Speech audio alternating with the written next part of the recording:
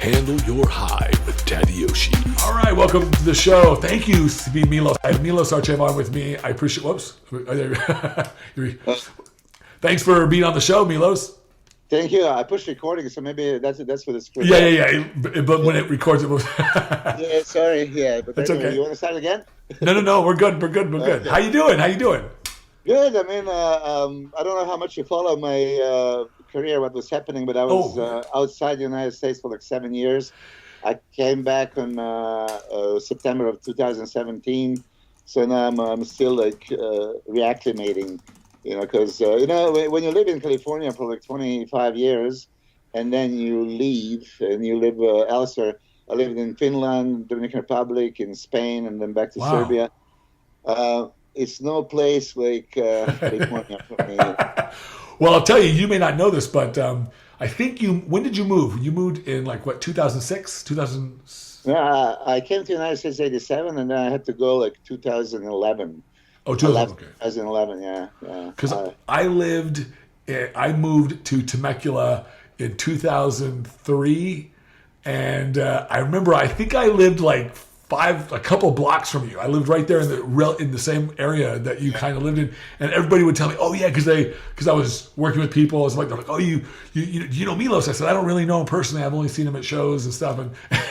And you just happened to live like in that relatively same neighborhood that I did, but then you moved away. So yeah, because from Temecula I was commuting to my gym in Fullerton. It was like 1 hour each direction, and I did this for 7 years, stupidly, right? But then I realized I better move closer to the gym, So I like Temecula, and especially now, I think it's been growing like big time. Yeah, I don't live there anymore. I live in Chicago, but I've kind of lived all over too, just in the U.S. but I liked it. I really liked Temecula. It's a nice area. Chicago is full of my countrymen, Serbians. I know. I live in the North Shore, and so I live like in Wilmette. I don't know if you know where that is, but I have a lot of friends who are from like Turkey and like Greece and all these foreign. I had no idea it was so culturally diverse. It's pretty cool. Let's tell you, last time I was in Chicago, it was I did a photo shoot for Flex with Andrei Arlovsky, at the time UFC heavyweight champion.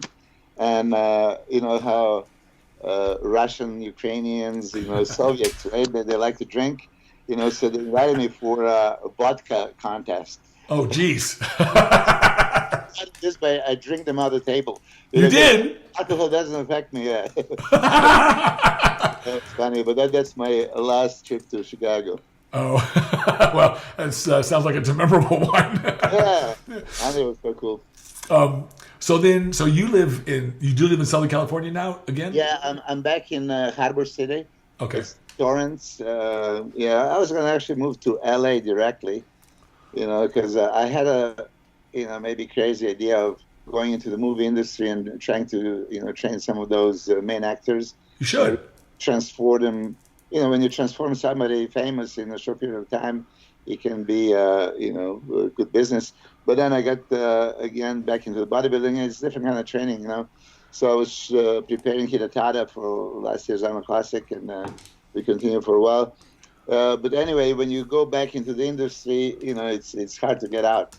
So I'm not going to be training any movie star anytime soon. What do you, I'm just curious, now that you mentioned that, and I take notes, so if it looks like I'm typing, I'm sorry, I'm paying attention, I just take notes while do you, what's the difference, like, I remember because I started bodybuilding 34 years ago, and I remember watching your career as a professional. You were very prolific, competing I don't think I saw anybody compete, maybe Chris Cormier, but you guys, you competed in almost every friggin' pro show there was every year after year. What was it like? What would you say the difference is today versus back then when you were competing and when you were working with athletes as well? Well, let me tell you, so you mentioned Chris Cormier, interestingly. I remember I was the first one that competed like in every show. I mean, there was like 3 years that any IBB professional organized show I entered. And, then Chris Cormier started doing it. And Chris ended up at the exact same number of contests, 72. We both have identical.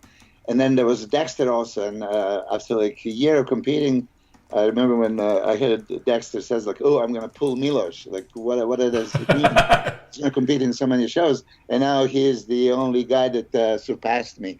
Of course, he's like unbelievable, so inspirational. He's getting better as he's aging, and I think he has now something like 85 plus shows. I know, it's amazing. It's Yeah. like he's So let me tell you like this. Back in the day, the way I looked at it, I'm a professional bodybuilder, and there is a show. So how can I say no? I'm not going to compete. That's like a job. It's like you work Monday through Saturday, 9 to 5. Doesn't matter. So Tuesday, I'm not going to work. Oh, Thursday, I don't feel like competing, like working. But the same thing. Once I entered the IBB Pro League, I went to San Jose Pro Show, and really that was my pro debut.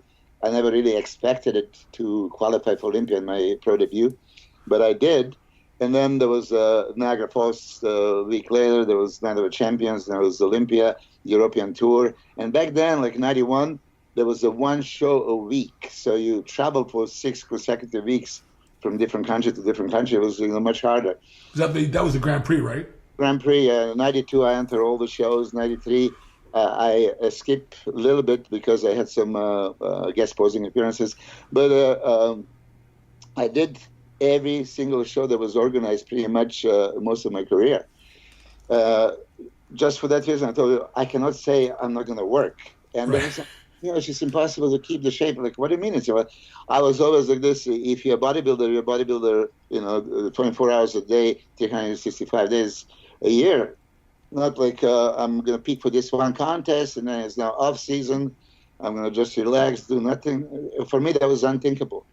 And I tell you this, in 90s, I competed so much, but I was married at the time, and many times I would meet Lee Haney. It's like the most spectacular guy in our industry. I mean, I love the man. He's like such a wonderful human being. And then he said it in front of my wife, like, "Oh, Milos, maybe you're competing too much. Maybe you should give yourself a break," and all this stuff. And I was also once with Frank Zane. So my ex at the time, after I competed in every show in 1999, every single one of them.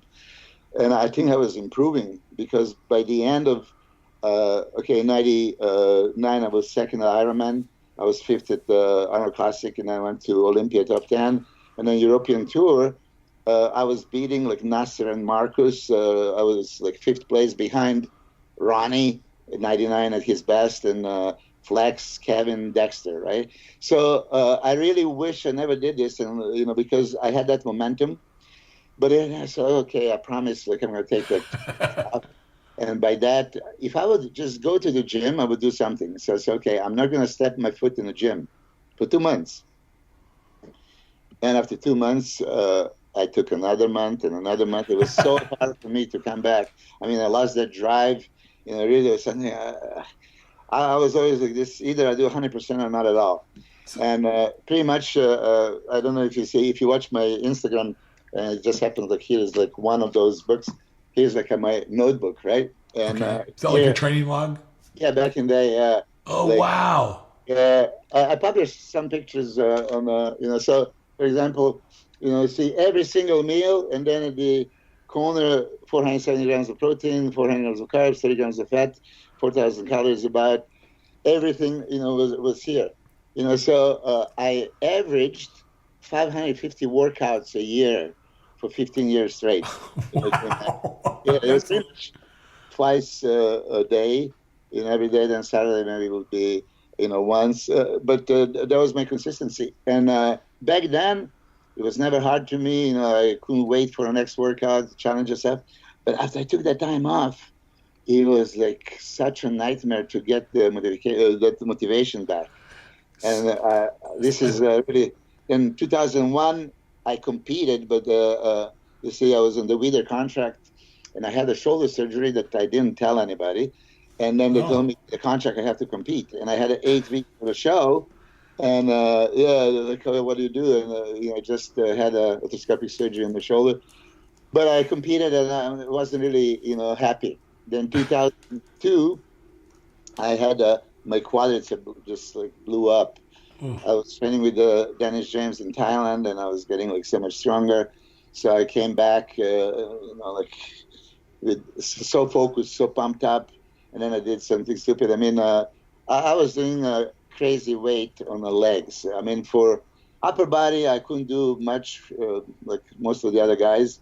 Like Dennis would kill me in any shoulder presses, bench presses, and stuff like that. But legs, I could squat like 7 plates. I could, do the Well, you had incredible legs. with 10 plates on each side. So this is exactly what was happening, right? I guess, I was back on a cycle. I was like feeling so strong, but my tendons couldn't handle it. And then my patella tendon just exploded. Then the first surgery was not a success. I had to do it second time. Then I had to do the other knee. And it was like, it was just calming. Like everything in life happens for a reason. Yes. But then 2003, that's interesting. No, I never really talk about it. First, there was Flex Wheeler that came to mine and Sean's seminar, Sean Ray, in Fullerton. And that was January 2003. And then he told us, I want to compete at Arnold Classic, which was 5 weeks away. And I was like, I want to train with you guys, right? And Sean started laughing because Flex didn't look like nothing, when he was out of shape. You don't have that sultan of symmetry, please. And he was kind of skinny fat, right? But he goes, oh yeah, you guys can help. So I said, okay, let's do this. And we started training, 3 of us. What Flex did with his physique in such a short period of time is mind-boggling. I have never seen anything in my life. And that pretty much confirmed that the myostatin gene inhibitor, that he was the only blessed guy. Back in 99, I think we did it with Balco Labs. Yeah, they did that, some myostatin testing. Testing. And he was the only one. Ronnie Coleman was tested, Gunther, Kevin, myself, 28 different guys. But he was the only one with that beneficial myostatin inhibition. He went from 208 to 245, from 208 skinny fat to 245 almost stage ready. I say almost stage ready. In like 6 weeks? No, in 3 weeks. 3 weeks? Oh my gosh! So listen to this. I mean, Arnold Classic was 5 weeks away, but as he was improving dramatically, right? He goes, so there's an Ironman contest he wants to enter. Like, that's 2 weeks before Arnold. Okay. I said, no. Okay, let's see how it goes. And then, every single day, I mean, he felt comfortable. He was not ripped, but he was full round, and he says, Milos, Ironman lights. And I said, I know Ironman lights. That's the best lighting for me. Besides that, the British Grand Prix also, that Kerry Case organized. But to make long story short, we prepared for the show, and Jay Cutler showed up looking like a freak. That's I don't know if 2003 Ironman or 2009 Olympia is my favorite Jay look. But 2003 he was a little bit smaller, but he flowed just perfectly together. It was rock hard, and it was unbeatable. But Flex was second after prejudging, and then Melvin beat him, at night. And Melvin did this posing routine, Last of Mohicans. Right. That's the greatest routine I have ever seen in my life. Really? Yeah. Well, Melvin's an unbelievable poser. Like, he really knows it. Yeah, this is he combined, okay, I don't like this break dance and, bullshit. I really don't. Okay, you're the IBB judge, okay, for example. And back in the 90s, we have a symmetry round, right, a squatting round, and the posing round. So symmetry, you exemplify your balance, symmetry, proportion, everything, right? Muscularity, then you show your condition, size, all the strong points. And then in posing round, you would have this ability and possibility to show angles and maybe poses other than mandatory that, can glorify your physique. And then, like there can be, hold on, we have just these 8 mandatory poses, but now I can give you 20, 30 that you've never seen, and maybe I'll change your mind. And then they pull it out, like they don't have that posing round anymore. But now they have this Best Poser Award. And Best Poser Award usually goes to the worst posing routine on the stage. I'm going to tell you this. I don't care if I offend somebody, but it's like entertainment, shake my ass, do something, abs not controlled. It's not posing, it's dancing, but that like pumps up the crowd. Yeah, I think they probably what they probably should call it instead of best poser is best entertainer. Entertainment. Yeah, I would agree with this, but the best posing, again, they're going to say I would be biased because I'm friends with. Because I'm kind of with you in the camp that says that posing is really the art of displaying the physique. It's not just entertaining you, but it's displaying the physique in a manner that makes you look in the best light, right? Yeah, that shows off the physique. And I started this early in '93. There was a German promoter, Bernd Beiderbecke, and he was very knowledgeable about the sport. And then over there, I had posing routine, and I was hitting back double biceps pose, and that was my weakness, right?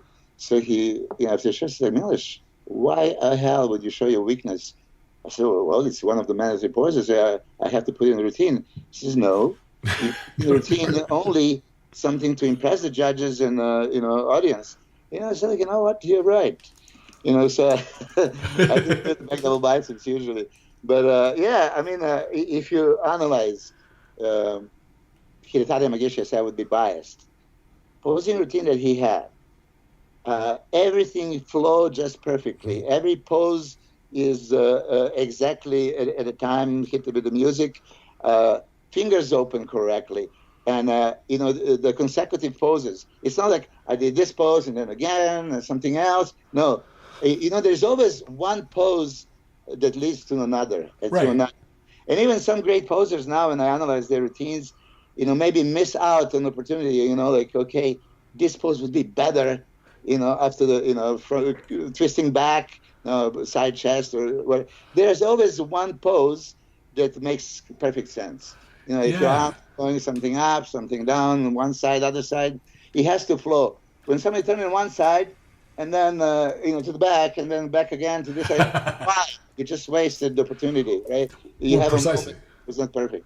Yeah, I think that sometimes bodybuilders and people who are performing on stage and posing, they forget that you really want one pose to lead to the next. Like you want the audience or the judges to want to see what you have to do next. Yeah, but you see, it's no longer expected, neither from judges or the audience, right, that anybody choreograph it in. It's just okay, it's mandatory. Go on the stage and do a little bit walk on one side, other side, pump the audience.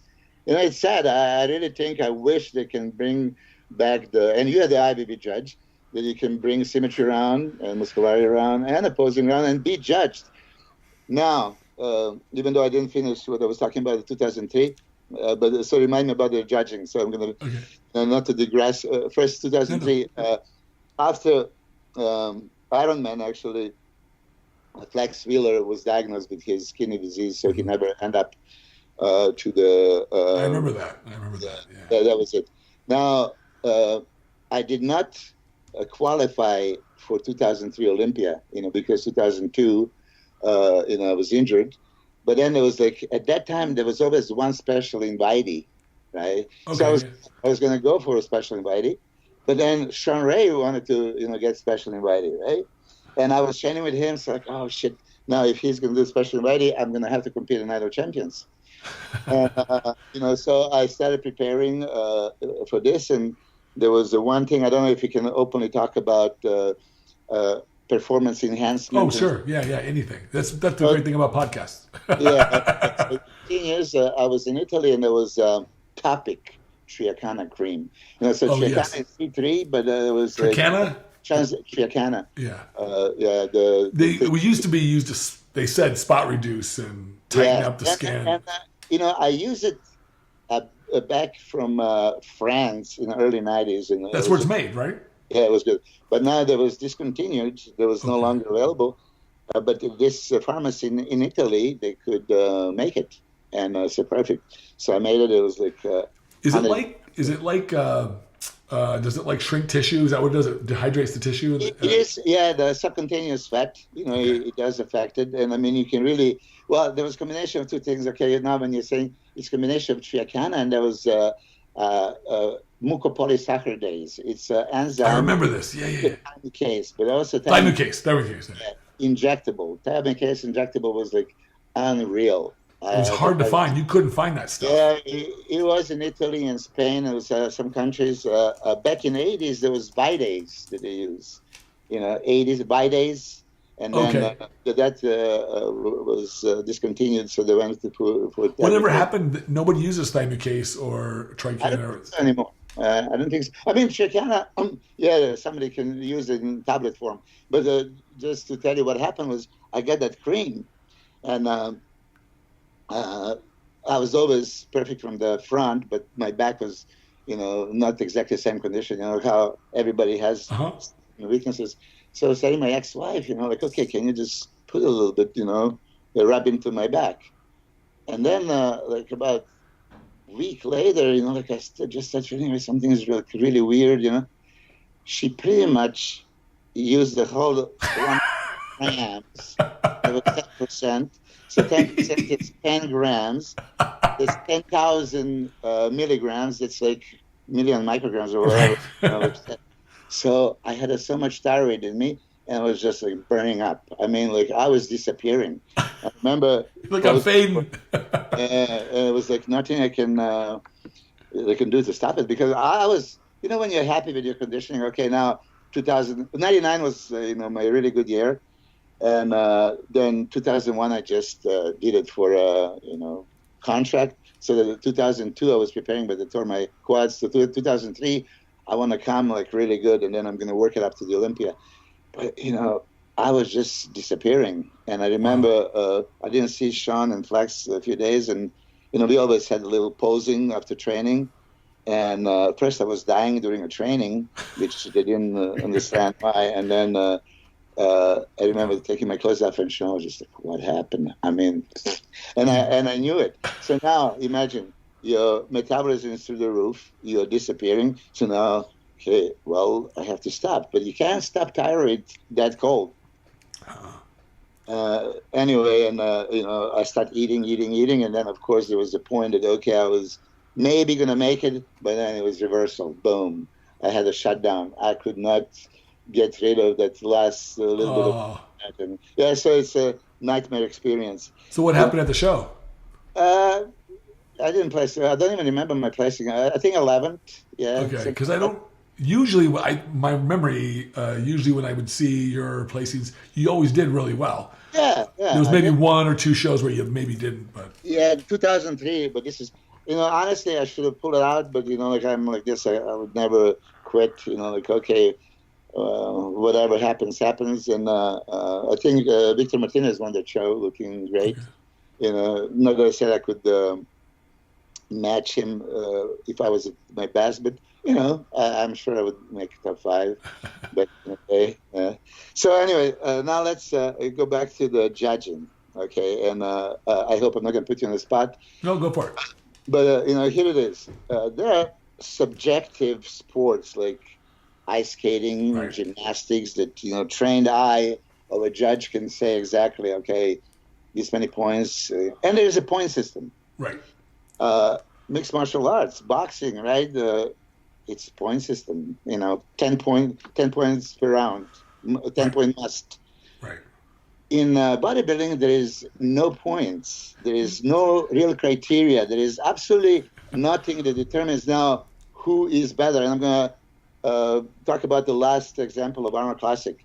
I watched the pre-judging, and it was Brendan Curry against I was going to say Raleigh Winkler, but William Bonnick. Yeah. William Bonnick. Oh my God, sorry, William. I couldn't remember for a second. I've done that before. William Bonnick is one of the best bodybuilders in the world right now. He was, top 3 Olympia. I even think he could have been second 2 years ago, and he is just fantastic. So much muscle, so much quality, everything. But then Brandon shows up, and then, you compare them. Now, what would you compare? For me, I would first look at the shape, V-taper, X-frame. That should be first considered. Okay, Yeah, Absolutely. already at professional level, everybody has enough muscle mass. Somebody has a little bit more, and you can give him some points in that muscularity that, okay, he built some more muscle, but muscle cannot be just blindly put on the physique. He has to be formed and in Right. perfect shape. So this is where, right after prejudging, anybody asked me, I said, like, well, Brandon won for sure. Yes, William had a better legs, bigger legs, more separation. The William has a dense chest, shoulders, arms, like really, really Right. full and striated. Yeah. So how can you be that? But if you look at front relax, if you look at front double biceps, if you look at front lat spread, back lat spread, I mean, Brandon is so much wider and is dramatically, better taper, and had pretty much the same muscle mass. He had a little bit weaker legs. So for me, there was not even a question who should have won. Right. But then, you have a debate. I like oranges, you like apples. So I don't know why nobody ever insisted bring point system into the bodybuilding judging. So, okay, I have no problem if I lose the contest. If they're going to judge the symmetry round, and your shape and symmetry, balance and everything, and conditioning, everything has to be. So you can put certain amount for conditioning and Sure. overall shape. You have a weakness. Somebody is good from the front, suck from the back or the sides. But it should be some point system. Because right now, even when you judge, before you even answered, you just go with a feeling. Okay, overall, he left a little bit better impression. Why? In which sense did he leave a better impression? On a size, on conditioning, on shape, aesthetics? What is it? I think that most judges, like myself, when I'm asked like why I judge somebody a certain way, I have reasons why. Some judges, like what you're describing, they do. They go on their gut. They look at this in the lineup, and they go, okay, this person's number one, this person's number two, kind of thing, and it's based on their overall general feel for how they assess the standards, right? And so it would be really mechanical, and I think also it probably would be, people would probably feel like there's a lot more veracity, more fairness if they had, like you said, set things like, here's the score, a numerical score for this, a numerical score. But like you said, just like ice skating and gymnastics, it's a subjective sport, which means that it's really based on an expert opinion, and you aggregate those opinions together, and then the collective opinion is that this person wins, this person gets second. And that always opens the door for a lot of debate for who should, and everyone's going to vote for their favorite, of course. And they have their reasons, and they're good reasons for choosing the people they choose. But in the end, I think you really do want people who, I like the way it's done now, because it's almost like when you institute something like what you're suggesting, which is a good system, I would think, if you could do it right. The problem with it, I think, would be that it would become, you really start to micromanage the judges on how that you want, and so you're really trying to push a certain standard, almost like you're going to weight it, like muscularity is going to be, size is going to be this important, and this is going to be this important. It's hard to do that, because I think one of the magical things about bodybuilding and in this industry is that you do allow some degree of subjectivity. So you have a guy like Brandon who can win the Arnold, but he probably won't be able to beat, William at the Olympia. You know what I'm saying? It's like, who knows, right? But because, I tell you, lately I've been agreeing with the judging scoring. I mean, really. And I told this before, and I'm going to say it again. Jim Mannion and like Steve Weinberger, I said they can glance for 1 second and, take the eyes off, and they can judge it perfectly. I mean, they're so experienced. yeah, It's in their blood. I would go with this, no problem, right? But many other judges, I would just ask them, can you just elaborate a little bit? Because sometimes, you work with athletes. So now, what do you need to improve? right, right. So they would like to know. And then when I see it, I'll tell you, I tend to wait. So, because I grew up in an era of bodybuilding where I appreciated physiques like yours, who had a high aesthetic quality, great conditioning. So those are the things that I tend to move those athletes up ahead, and then I look at them again and go, okay, do they really belong there, right? And so that's the way I do it personally. But there are other judges who look straight for one quality or another, and they get impressed. I've said it before. One of the things that every great bodybuilding athletes, whether it be bikini, figure, bodybuilding, whatever, you need a wow factor. If you have, so like, here's one of the reasons why Cedric's a good example. He's got probably one of the best physiques in the world in bodybuilding, but he's got very little wow factor in terms of like when he gets on stage, he doesn't really jump at you in terms of like, hey, wow, this is the winner, you know, and everybody thinks it's conditioning. I don't know. I'm just unclear. I think that because then you got a guy like William Bonnick who's from a stature standpoint, much shorter. You know, he's not nearly as impressive, but then when you see him on stage, you're like, wow. you know, he's got a lot of wow factor.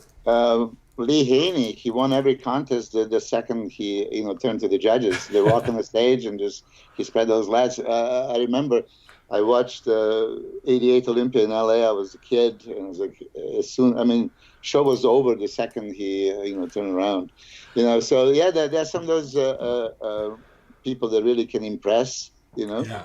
Like Rolly's this way. Yeah. I mean, not structurally not good, not perfect, but he's got a lot of wow. When he says structurally, I think his upper body and V-taper is so dramatic. Now it is. So they say it was actually, I think he's good. He had a lacking sweep on the thighs. He doesn't have really exactly that extreme because upper body is that and then legs are a little bit straight. But he had an injury and he couldn't even train him, you know, before the Olympia. And he was third and, you know. He's incredible. The guy's choice, no? He's incredible. Of course, if he would be in shape, the last two shows, it would be a completely different story. Oh, totally. You know? Yeah, but okay, now when you talk about conditioning, you see that's also an interesting aspect. So all the judges should judge condition very, very carefully, right? But then what is conditioning? How lean, how hard, grainy, or dry, or full, you know, the different components of conditioning. And I'll tell you an example. 94 Olympia, I think that, in my own opinion, that was my best condition as far as I had zero fat. I mean, I used all these things that I told you, injectable Thymic and, you know, all this kind of, and skin was like transparent, like that cellophane skin, you moved, every fiber is shown, right? But I didn't even place. I was 13th or 14th at that Olympia. Why do you think that is? I was a little bit smaller. So I tell you, I go to a European tour, you know, now it's like, oh, hell, you know, I load up and I was like much bigger and I was beating in all the shows like Porter Cochelle, who was fifth at Olympia, just, you know, awesome. Before. He was awesome. But then I went to the photo shoot with Joe Wheeler and as soon as I, you know, took it, and Joe, I mean, the father of bodybuilding, he says, Milos, why did you, you know, compete like this at Olympia? Now, this is like weeks later, and in my own opinion, I'm now not conditioned for you know, you're so much fuller and all that stuff. So I'm thinking, like, what is this old man saying? Like, you know, but then, boom, you know, they did some Polaroids, and I look at, like, wait a minute, right? And then if I would look at my condition on the stage, which I was super dry, super conditioned, and now here, maybe not same dryness, maybe not same, but so much fuller that I would give this physique over that one any day. I mean, it was instantly like, oh my God, I just realized this is, you know, this is such important fullness component of the conditioning.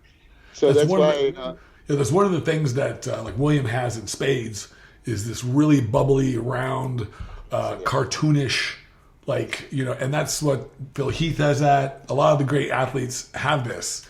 And you can't really buy that. It's hard to get. I mean, that's not something that you could. Some people have it, and other people don't.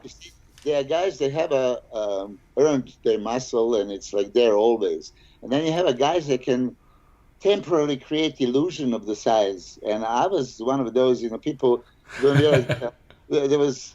I think Morris. You know, he made a YouTube video. He said he saw me at my last show in Hungary, like backstage, and so like, you know, I'm gonna smoke Milos.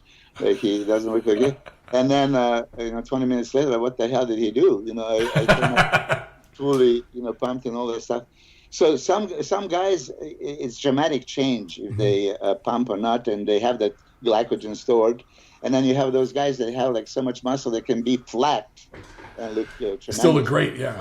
I think So were you one of those guys that when you pump blood in your muscles, it changed your physique? Yeah, because I'm like that too. I always looked less impressive. I remember I worked out with Jim a couple of years ago at the warehouse, and we were working out, and I started doing my arms, and I just blow up. Like my muscles really get a good pump, and he's like, Tad, you take Viagra or something before you come here? I'm like, no, man, I just get a good pump. When you mention it, let me tell you, I know a lot of bodybuilders that do Viagra before the stage. I'm serious. I would get nervous doing Viagra for it. I mean, those posing trunks aren't that big, man. But no, let me tell you, I've seen the miracles. Yeah, I'm just afraid of the other. I don't want to show all my miracles off. Yeah. You mentioned Joe Rogan, which is actually my favorite guy here. I love Joe Rogan. Really, he posted just a couple of days ago something in that sense, some printer, that had a couple. Yeah, but no, I would hope it wouldn't happen this in a bodybuilding stage, but this nitric oxide, and it does. I mean, that's what gives you a hard on. I mean, you get like.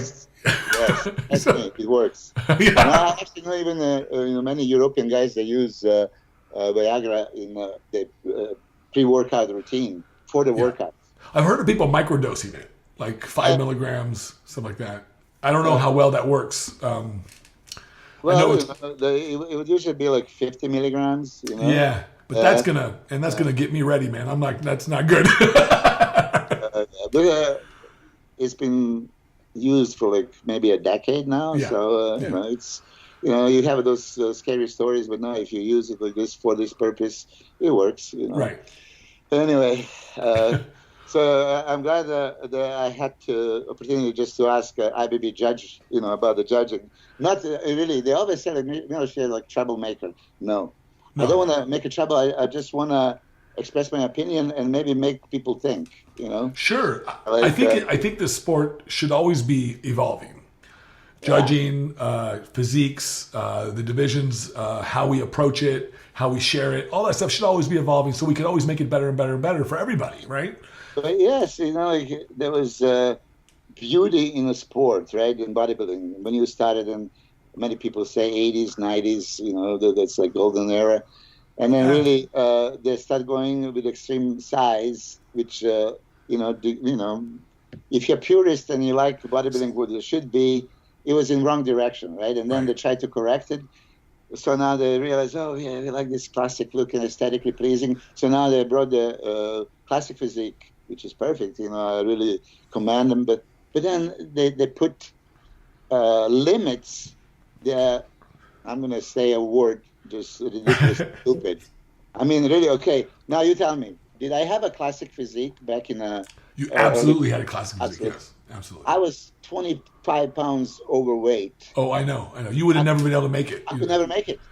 So I couldn't make it. A classic look. You want that look, but then you gave me 25 pounds. Well, you gotta have a guy with like a bird bone structure that got because if you have any kind of structure to you, you're going to be heavy. I said that just the other day to Dave, Mad Max with Jay Cutler, the same thing. Like look at the bones. So. I could not make 210 if I would be skinless, with no Take out my organs. Yeah. So, again, when you guys have a judging meeting and IBB talks about it, why did you bring a classic physique? Because you want that beauty. If somebody looks classic, don't limit them with the weight. You have something, that's what we're looking for. I think the fear...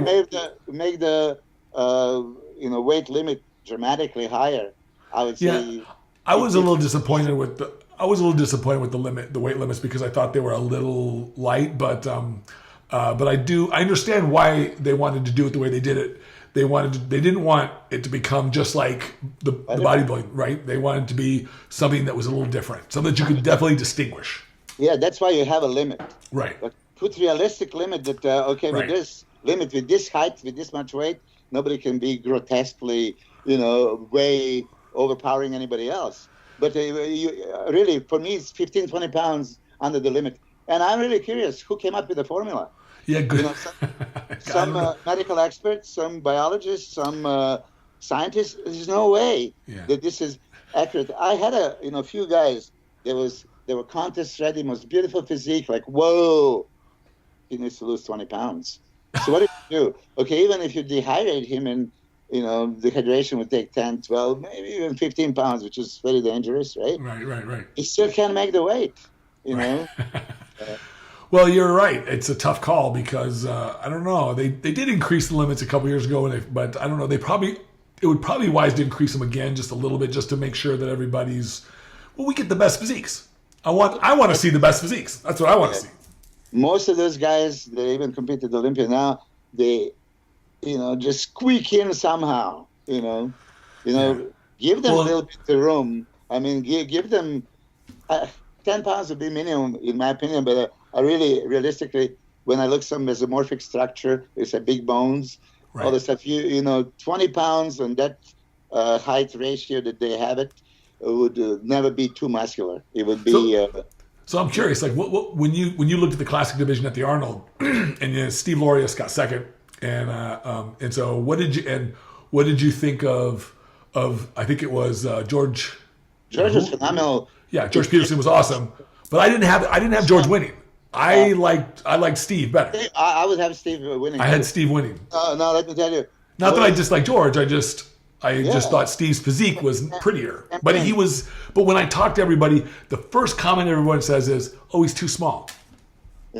I'm like, huh? I mean, I mean, and he's about bigger legs.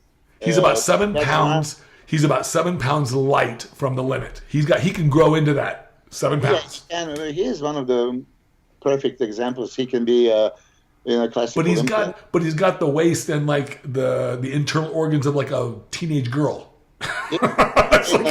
like who has that? That's and a super nice guy. I met him. It's privileged to talk to him a little bit.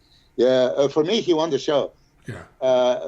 Looking at all these pictures going into the show, George looked really unbeatable in his conditioning and size and everything else.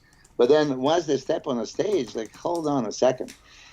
And then another thing that you can see from different angles, camera angles, Steve is probably not so experienced, so he let George be ahead of him, right, a couple inches, that creates illusion of more size. He out-angled him. Yeah, out-angled him, yeah, but, most of the people do it, and, he didn't. No. I mean, but still, for me, he was not just a winner, but crystal clear winner. There was, for me, there would be no question.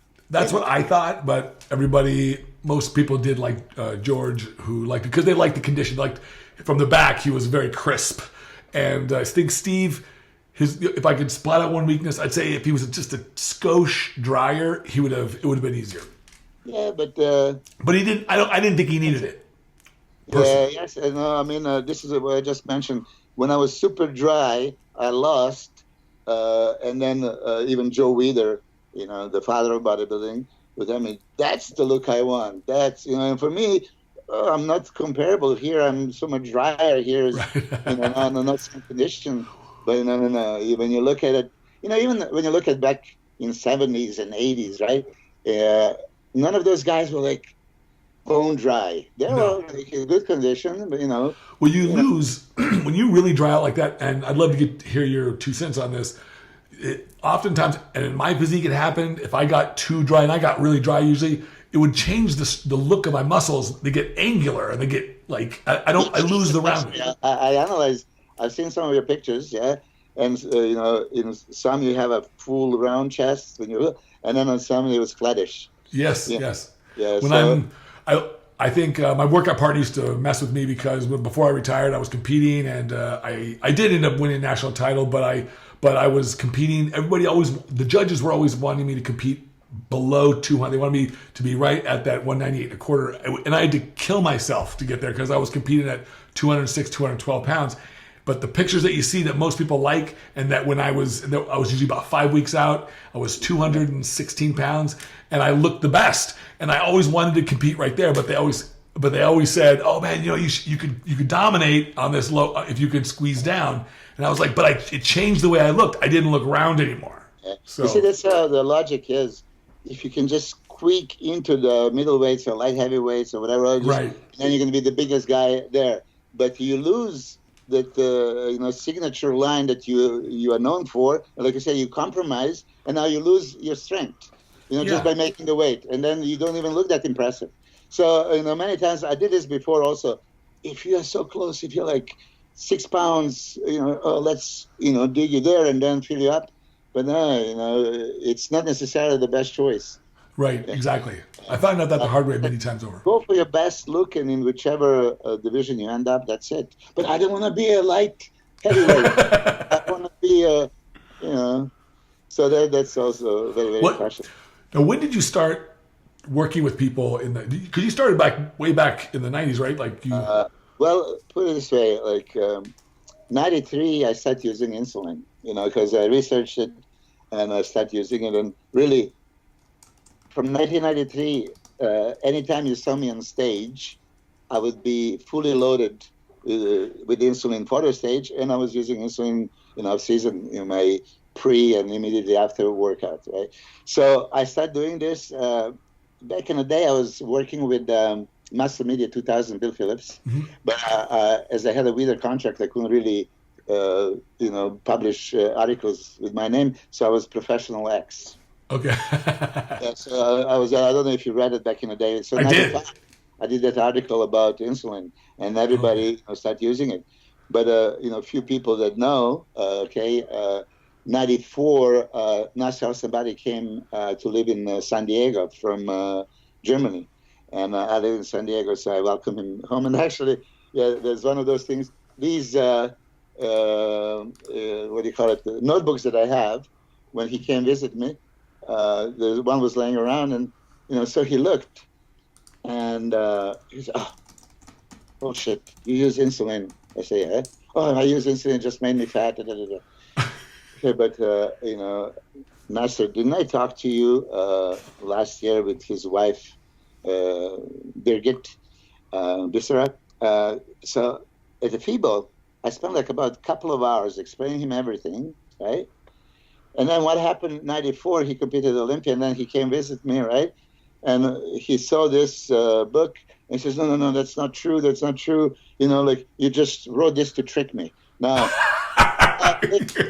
Nasser, you think that I'm going to do 10 meals a day, handwritten, and just to trick him? A year, because I knew that 1994, you're going to move to America, and then I'm going to be able to trick you. Are you fucking crazy? Like, isn't this exactly what I told you in FIBO? And then they look at each other, but then his wife says, Milos, because you competed against each other, he did exactly the opposite. So he didn't believe me, right? So then 95, he started using insulin. And look at Nasser, 1994 Olympia. I look at him, Houston Pro and Night of the Champions, 95, like less than 6 months later. He was like dramatic difference. I mean, he was like hyper expander. He was phenomenal. And he became a top contender. So at that time, a lot of people heard that, I was instructing him, so a lot of people wanted to find out. That's when I really started, 95. 95, okay. But the thing is that I still competed. Right. So there was many guys, including Gustavo Badal, for example. I met him, I think, 98 and 99, and I told him, you have a great physique, you can go very far, let me help. No. He didn't want it until I retired. As soon as I retired, 2003, and he competed with me on those shows, and I beat him there. I said, okay, he's going to start. Again, there's something, just because I was competing, right? People would think that I would lie to them and I sabotage their program. I said, did you question your character? Because maybe if that crossed your mind, maybe that's something you would do. Right. Not me. That's always an expression of within. Yes. I mean, I would always say, and I did it publicly before, I published on getbig.com, bodybuilding.com, I had a forum, Enter the Mind, and I never had a single secret in my life. You ask me, I'll tell you, and it would always be the same, because it's my principle, my belief, this is my protocol, and I would tell you why, not just blindly follow, don't ask me. This is why you do it. But it's really interesting a lot of times. And it's not like I had a perfect results every time. Right. Well, sometimes, we have to learn. This is a learning process. It is a process, and then sometimes body reacts differently. They do the same things, but but when you compete at this level, there's I'm not going to say chicken shit, but you're playing it safe, or you're pushing it for a little bit more. Right. So if you're playing it safe, you can maybe get there a little undercarbed, just to make sure that you don't spill over or something. Or when you're pushing to the max, you came to the point that you can spill over, right? And many guys back in the day that I worked with, they would only really truly be factor if they're fully loaded, fully loaded. An example, 2007, Dennis Wolf, okay? 2006, he didn't make top 15 at Olympia. Right. Beautiful physique, great structure, all this stuff. But for his height, right, he needs to be much fuller. Full, yeah. Yeah, then we worked 2007 in New York. Yeah, that was the first show. And really, I carb him up so much, 3,500 grams of carbs. Wow, a day? No, for the 2.5 days of loading. Wow. Which you would think it would be more than enough. I put him first day 1,400 and then 1,200. And he keep putting in, and then loses. And he was good. He was third, but he needed more. So a couple of weeks later, Keystone, he won. We raised it up to 4,000, and he was bigger, fuller, and drier. That was perfect. But even then, going into the Olympia, they didn't see him as a top 5 prospect. Right. Because there was a deep lineup and all that stuff. I said, you know what? This is a time to push it to the limit. We did a 5,000 grams of carbs, for carb loading. With insulin? Yeah, insulin. Yeah. Because he was number 1 competitor, right? So he's the first one to come on stage, and he was so impressive, shocked everyone. And really, again, they're going to say I'm biased because I think he could have won that show easily. They say, okay, Dexter was good, and Victor Martinez especially, and because Victor placed second and Dexter was third, they should. No. Placing again is subjective opinion. Mm-hmm. Let's really, now, okay, I would like judges sometimes to go back in whatever year, 2007, and now rejudge. Now look at the pictures of all the guys that you judge certain way, and now rejudge them. And I promise you, there's going to be many guys that will change their opinions. Probably, because, those guys now they established themselves, and maybe they didn't see it that day on the stage, or they're just like, okay, he's up and comer. 5th place would be good enough. Yeah, we I think we all look through the visor, the visor of our or where we're at right now, like our experience right now. And so sometimes when competitors start coming up and they start gaining that momentum that you're talking about in their competitive career, you start to appreciate their physique more and more and more and more, and you start to see those things that were once kind of hidden because they were new. You didn't really. And so, but then when they start coming into their own, you start to really appreciate it. That happened to me with Rolly, with William Bonnick, because some of them, right away, I want to see a very clear, aesthetically pleasing ideal of bodybuilding in my head. And William doesn't really fit this, not completely. But then as you look at, and neither does, in my mind, Rolly Winkler. But as I watch them over the last couple of years, now they start to, I can see all these attributes that are so wonderful. Yeah. Much easier. But I totally get what you're saying. 99, Jay Cutler at Olympia, he was 15th. I know. His condition was very good, excellent. But 15, again, he was not given the right look, many times. Well, I don't know if you keep up with some of the bikini ladies, but Angelica Taxiero, so her first Olympia, she competed, she got 31st. The second Olympia she got second. The third, first. It's sometimes there's these really quick meteoric rises, and it's because they get these other looks. They get this thing, they're able to generate this momentum. And then once they do that, then it's much easier, like you said, to have the judges stop and take a second look and make sure they assess it correctly and make sure they assess it with the right attention. It's hard, because especially with all these new faces. Yeah, many of us, and I'm sure that you guys judges especially, when you see the list of competitors, you can already pretty much say, if they all come at their best, this is the first. Well, you get excited. Oh, okay, cool. We're going to see this person. We're going to see this person. You kind of almost know what to expect in some ways. And so that does taint. I try not to do that, but you kind of have to, especially the head judge. The head judge has to look at tell you, at Arnold Classic, it was such a great call. They gave Luke Sando third place. Yes. And as a newcomer, I mean, even he was, I talked to him, he was happy to make top 6. That was his ultimate goal initially, right? But he's going to be something. I like him. He had everything. And I mean, clear third place, and now he's, a guy to watch for, Yeah. It's wonderful. So they gave it to the underdog as he deserved it, Yeah, absolutely. Something you see, like when Gustavo placed third at Olympia, when I started working with him, and he was not even top 10 contender, man. And he was like 12th man, like when you call out, back then there was 3 guys and 3 guys and 3 guys, right, because you didn't have all these other categories, so the show could, be a little bit longer. Yeah. So they called 3 guys, and then another. So they didn't call him until he was 13th guy to come out. He was not really top 10. But then he started posing, and oh shit! And they put him top 10, top 8, top 6, and he ended up third. And I said again, Gustavo, is from Puerto Rico. He didn't have any major sponsors or anything, and he placed third because he really truly deserved it. So a lot of guys always go to the show like, oh, it's so much politics. It's no politics. Like I said, okay, you already expect.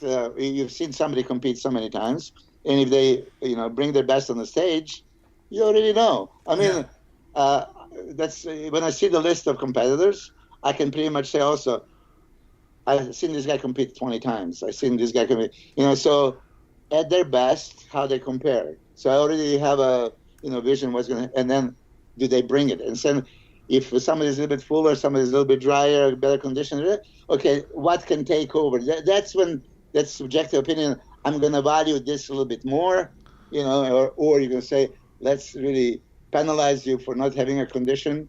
But then you give it to the guy with a better condition that doesn't have a better physique, that, a guy that was more conditioned. So it has to be really somehow measured and be a point system.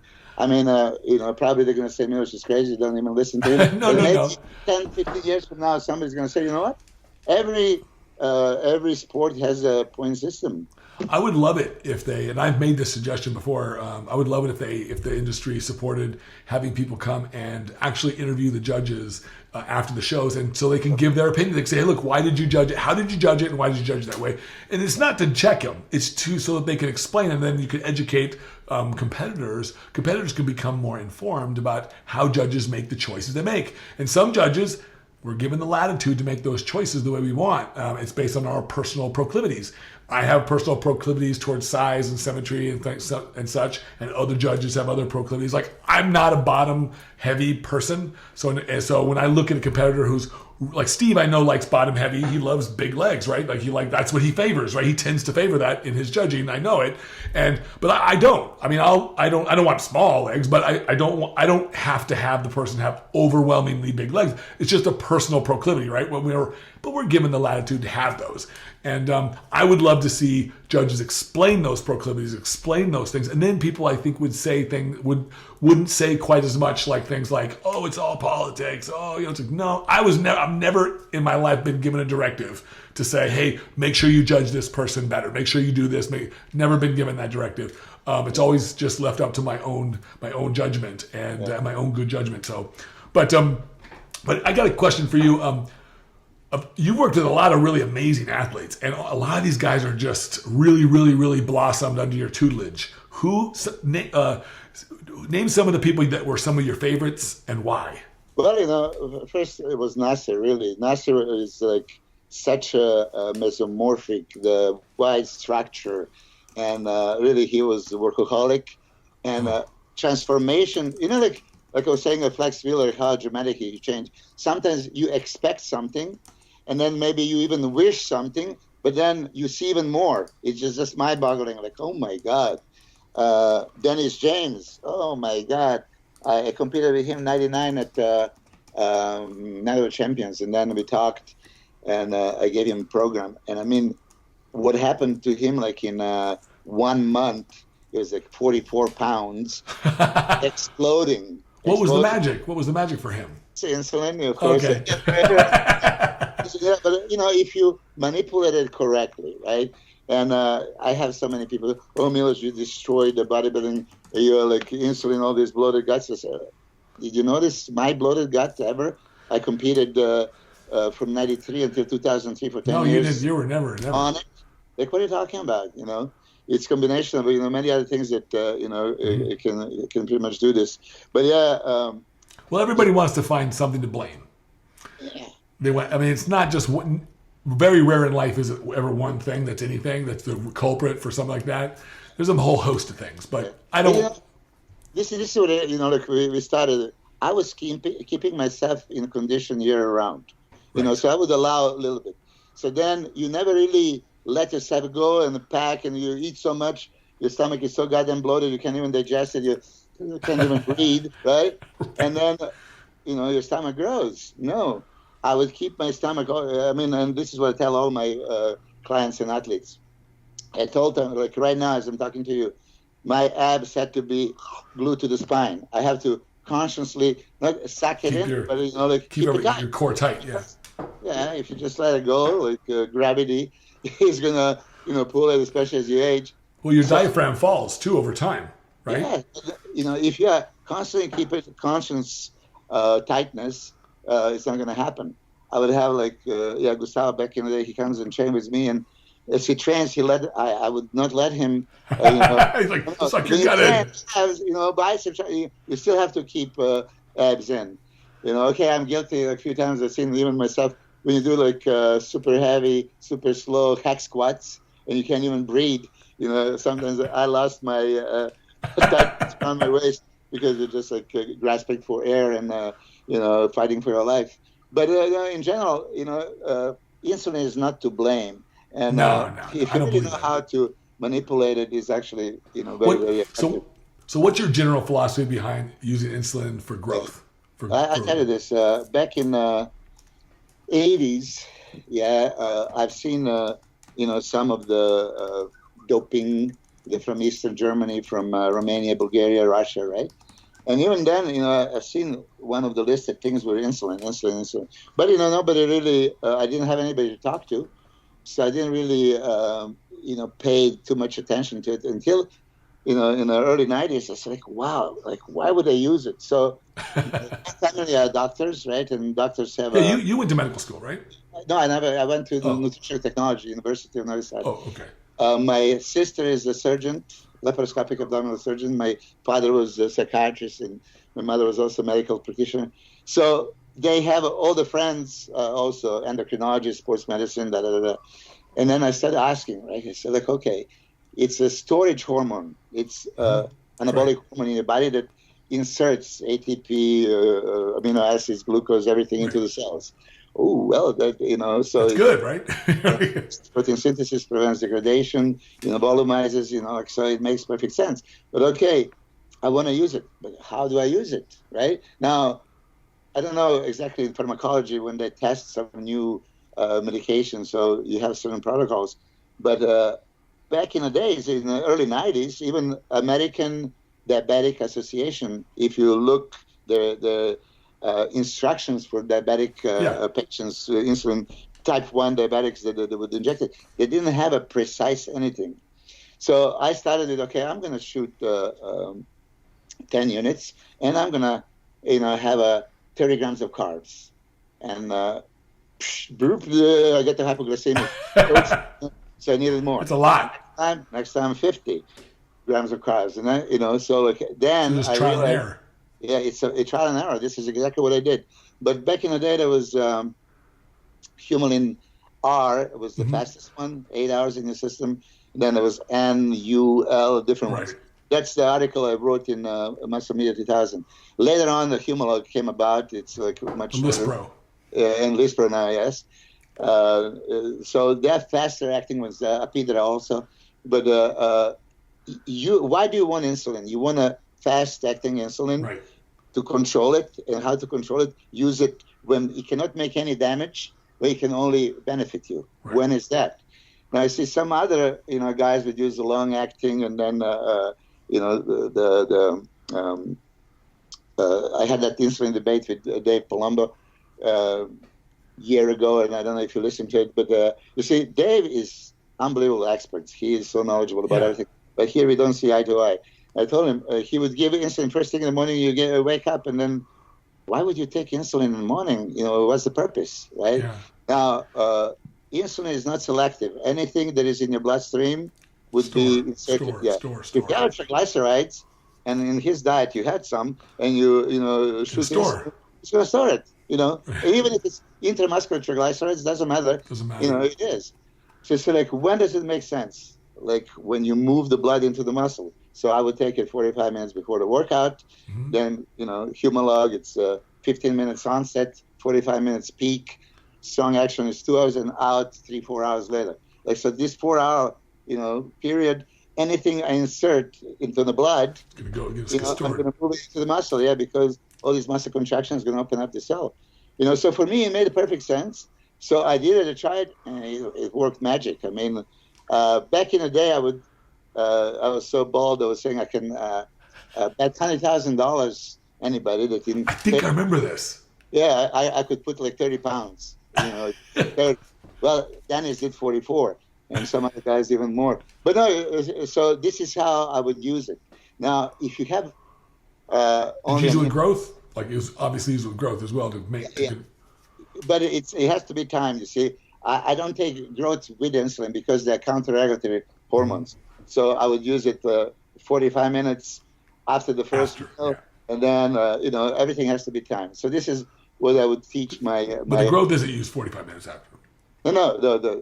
I use insulin before and after training. Yeah, and growth hormone. And let me tell you, with the Nasser that we did back in '95, because I told him my theory of it's pulsatil hormone. So you want as many pulsations throughout the day, rather than one big one.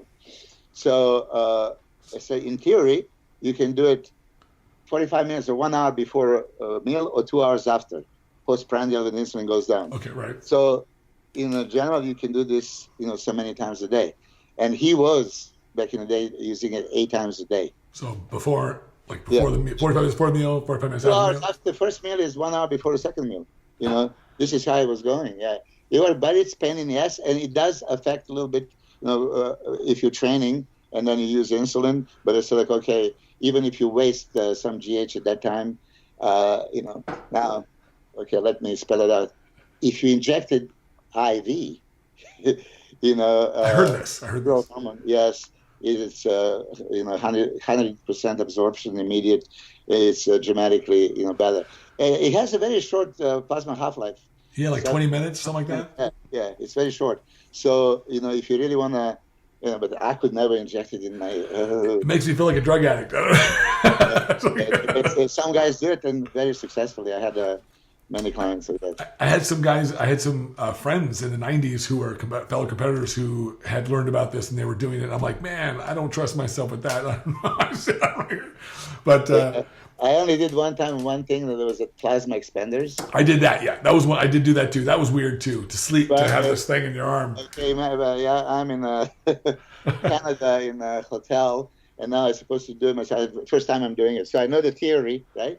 So did they work? Hang it. So where do I hang in a hotel? You can. I know. I found the place, and I'm hanging, and I'm in the middle.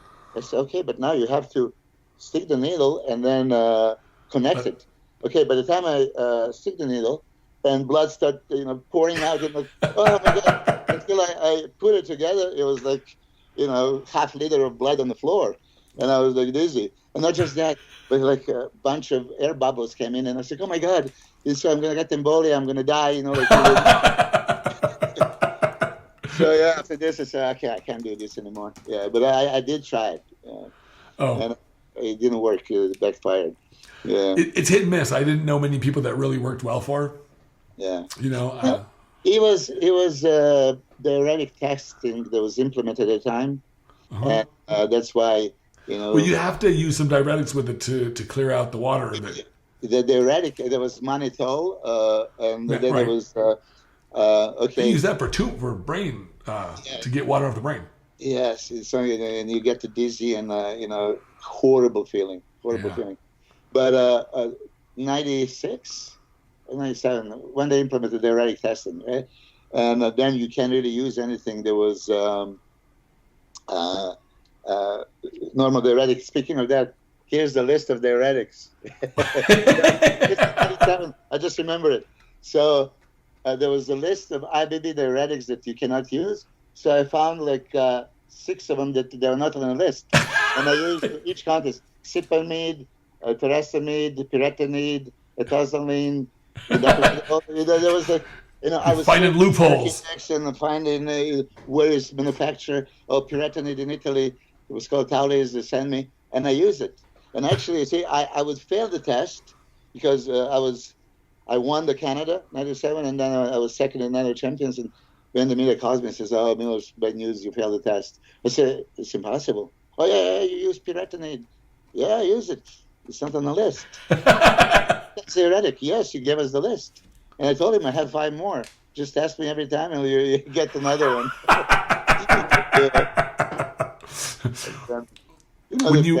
I think 2001, Jay Cutler also tested positive. Yeah, I remember that. Yeah, for not one but several diuretics. Number, but they couldn't do nothing to him. Like of course he complained and they just let it go. Oh, I don't know if they do much. They don't really do much of the testing anymore. Although it's still in the rules, they don't really do much of it. It's just there to keep people from really doing dumb things, killing themselves. That's one of the things that I really, in the 90s when diuretics really became very popular, it became, I guess, more known that a lot of the elite guys were using them. Then a lot of the amateur guys wanted to use them. And even today, it's like everybody thinks they have to use them. And I'm not a big fan of that. What's your take on diuretics now? No, that's exactly, look, everybody thinks I have to use diuretic, I have to use thyroid, I have to use clenbuterol to get lean, No. You use things that you need to. Right. If you're lean enough, why the hell would you now add clenbuterol to it? Right. If you're lean enough, okay, do you really have to go these crazy thyroid cycles? You don't. If you have to catch up, I understand. And of course, GH, shuts down a little bit thyroid output, so you can use a little bit to counteract that. But then come the contest. I need to take no. If you are dry, you look, Friday night, you are dry, you don't need it. Don't need it, exactly. Just in case and all that stuff. Yeah, and you see a lot of guys before, and I worked with a few guys last year, and so I wish I gave them more diuretics. And because they used to do so much more. One in particular, I gave him just like a little diazide. He previously used 8 a day. Wow. 8 diazide a day, yeah. Just go shit, so I could maybe go, but then, with somebody else, he was not really conditioned and ready. So let's just, try to pull out more water and, hopefully it's going to work. But then we overdid it, so it didn't look good either. These kind of things. Am I a big fan of diuretics? No. I mean, there was several times I competed without it. And several times that, only at Friday night if I need it, or not Saturday morning if I need it. And many times, like, you're so much drier that you even expect it. So now if you're dry, where are you going to pull out water from? You don't need it. Right. It's going to come out of blood plasma, thicken your blood, and you don't really want that. You don't want to, What I'm curious, like, so when a lot of guys come up to you today, and they know about some of the history that you have with some of these, really starting some of the really wave of using some of these compounds in a more regular way in the sport. Do you find that there's myths that are perpetuated that aren't really true about your protocols? Like, that's not what I said. You're like, that's not. So many. I have a guys, okay, I have your protocol. I have a program. Really? You're like, really? I didn't give that to you. No, I had this throughout the years. I mean, I don't know somebody. You know how it is. Sometime in some countries, like let's say I would work with you, and then you would now tell everybody else, look, I work with Milos, I can teach you the same thing. And there were guys that I never worked with, they came up with some bullshit. And I've seen this in many, many countries. Yes, Milos protocol. You're like, I didn't write that. It's because I always say exactly the same thing. And, so it's not like I could possibly make a mistake or it's misunderstanding. No. As I told you about this, as far as insulin, 45 minutes before the workout, 15 minutes later, you have to replenish, to make sure that the glycemia is there, add a little bit of carbohydrates with your essential aminos, and then everything that you want, creatine, glutamine, beta-alanine, citrulline, L-carnitine, whatever, is beneficial. Then during the workout, now you have to maintain glycemia, because if you don't, you're going to go hyper. Crash, yeah. So you drink in between sets and all that stuff. And then immediately after training, you take another one. And then you have a post-workout shake. And then, next 2 meals also have to be timed. Because, like I said, it's 4 hours. Yeah. You have to control it. You just don't want to let, your body slide right down and go hypoglycemic. So that's always the same that it was published so many times. I talk on a few podcasts about it. Now I'm saying it again. And then it's going to be again something. No, Milos, but I never said anything different than that. Somebody brought something to my. They said they showed me some picture somebody published on social media about this was a protocol. It was like a Milos protocol for so and so or for Nasser or for so and so. It's like, and there were all these drugs and stuff. I'm like, I don't know if that's really true, man. Like, I don't know, but so. Yeah, speaking of drugs, you've been to on getbig.com back in the day. Mm-hmm. Getbig.com, yeah. There was some asshole, says my language, PH15 or something. I don't even know who it is. And back in the day, I was trying to be helpful to give back to the community, give a free advice. My board also, I would spend hours giving a free advice. I never charged anything. It was not about it. It's really to share the knowledge, get some other opinions, some other, views. Maybe help somebody not kill themselves. Yeah, I would learn from other people as well, by all means. But there's certain things that I, stand behind it, I would explain them. And now about this crazy steroid cycles. And amounts would be just ridiculous. And then I published 2006 on the Get Big. You can still find it, Olympia cycle of my average Olympia competitor. And go over that, because I know people are going to want to know, well, what did that kind of look like? Tell people what that kind of looks like. It would be like, as far as testosterone, there was 750 milligrams a week, so testosterone on annotate, or back in the day was heptylate was available. It was very, very good. Yeah. And then, propionate, stuff like that. And then you had, if you're 16 weeks out, I would do like 4-week cycles, switch compounds from one to another, leaving last 8 weeks compounds that make no water retention, so hardeners. So you're going backwards. You're going to go like maybe oxandrolone tablets and Vinstrol, halotastine, proviron. The trembolone acetate. Propionate. Before that it would be primobolan, then maybe Vinstrol tablets. You see, a lot of guys don't use it, but I use anadrol tablets also. That doesn't make that much water retention, especially if it's 8 to 4 weeks out. Right. We gotta be lean. Gotta be lean. And full and hard. So things like, but the amounts were really what people would use. 600 milligrams, let's say, at the top of Primo, or what do you call it, Trembolone, or combination of. This guy was putting 2,000 milligrams of this, 2,000 milligrams of that. They're crazy. So I said, okay, man, don't listen. There was about 30 people. Milos, you're a fucking liar, bullshit, because they wanted to believe that all these pro bodybuilders, Olympia competitors, are like this because they take so much drugs. Exactly.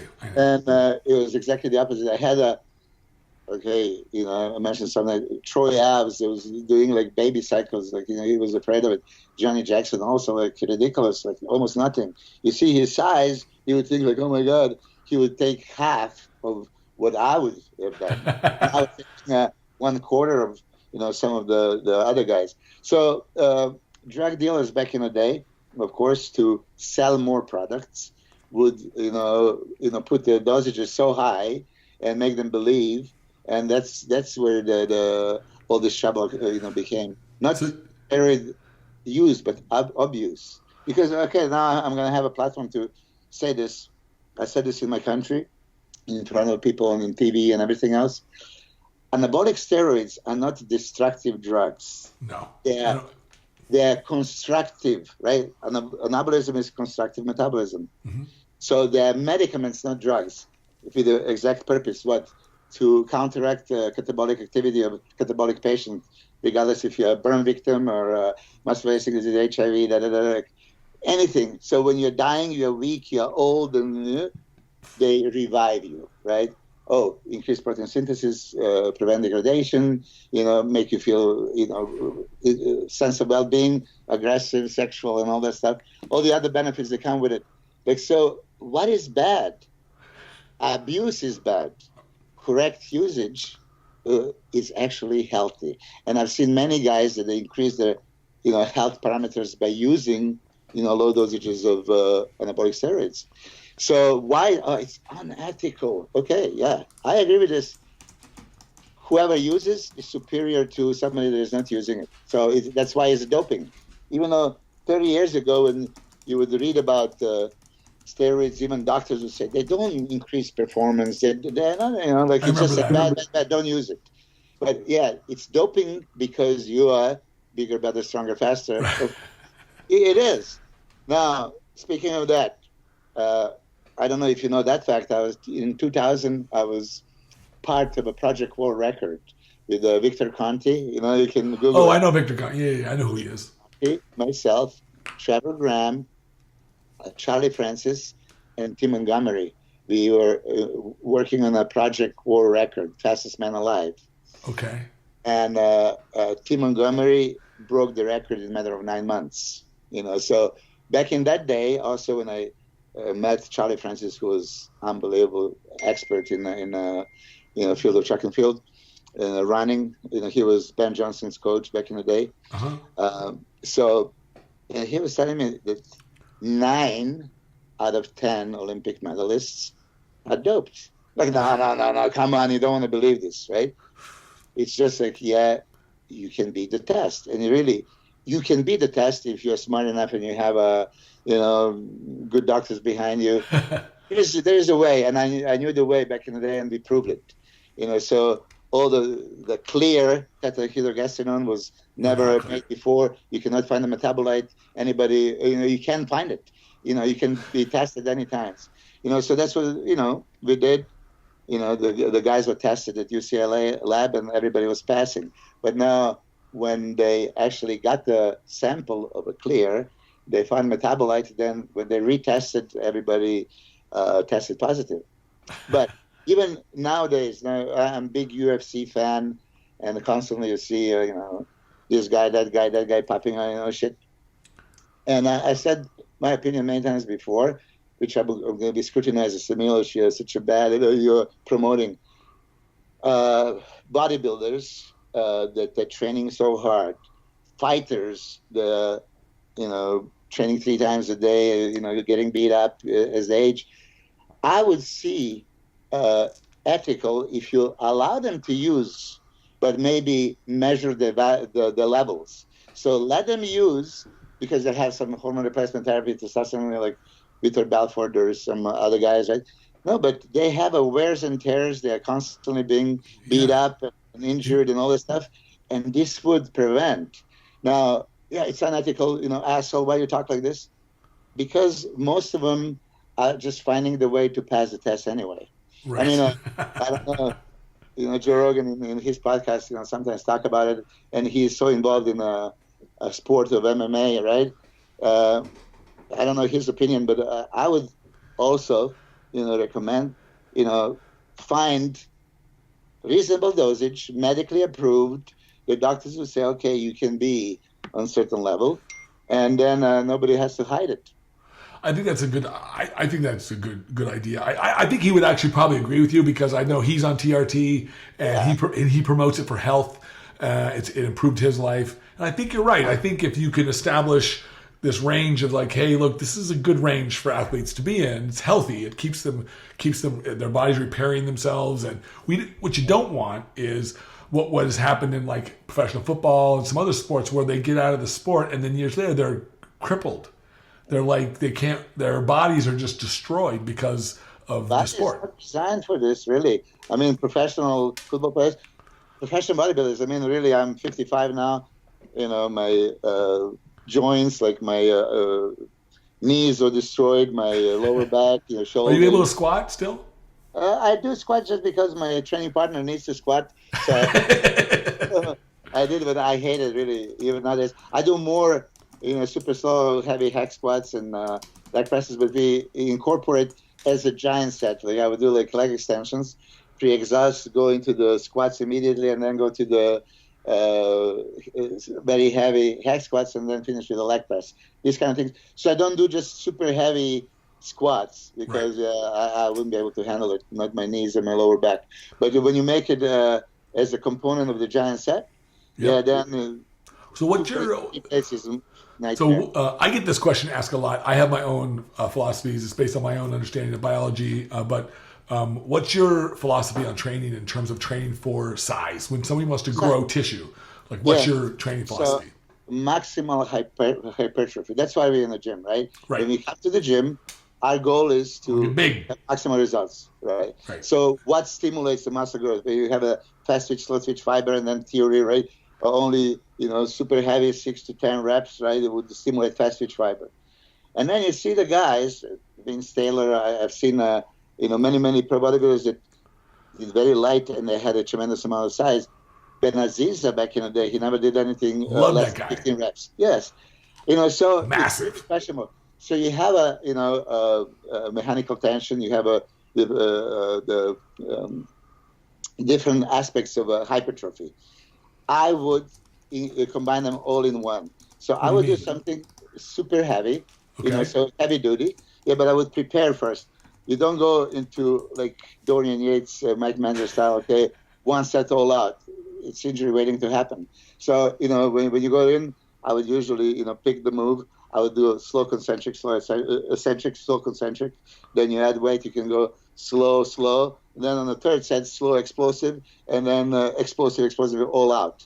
This way, I would feel comfortable that I can prepare my, body. Right. So these two compound moves, I would try to push, heavy weight, but I would prepare for it.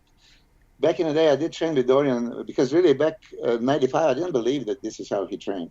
But then I trained with him in Birmingham, in the Gold Gym, Venice, and in my gym, Colosseum Gym, a few times. And there was, really, warm up and then a working set. And then, sometimes it'd be just like one all-out set. Or sometimes it would be one, That was like Mike Minger, Arthur Jones philosophies of high intensity. Super, And then, of course, going to the failure and beyond the failure, right?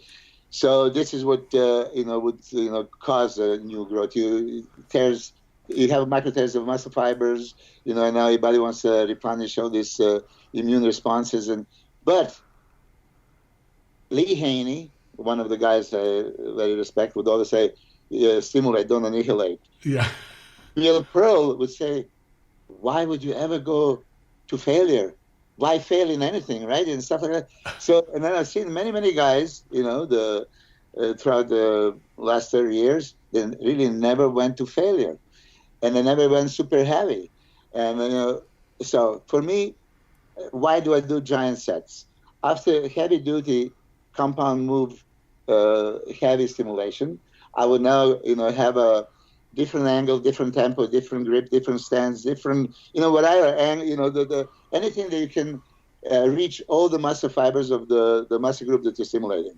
If it's chest, upper, middle, lower, inner, outer, so I would put a giant set that you can maybe for back would be one pulling, one rowing, one pull over, one deadlift, 4 different aspects, and then I would, mix them up, and then be realistic. Okay, after I maybe give myself a break with a stretch overload on a pullover, now I can go really heavy duty on cable rows, right? Now when I do super heavy duty on a cable rows, and if I go to pull downs now, can I really pull crazy? No, but I can do that super squeezes, like time under tension.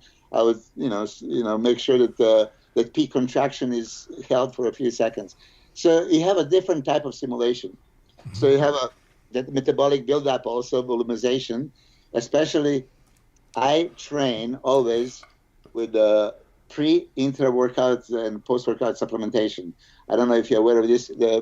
One of my theories was hyperemia advantage theory, which is you have a certain amount of blood, right? 5-6 liters of blood.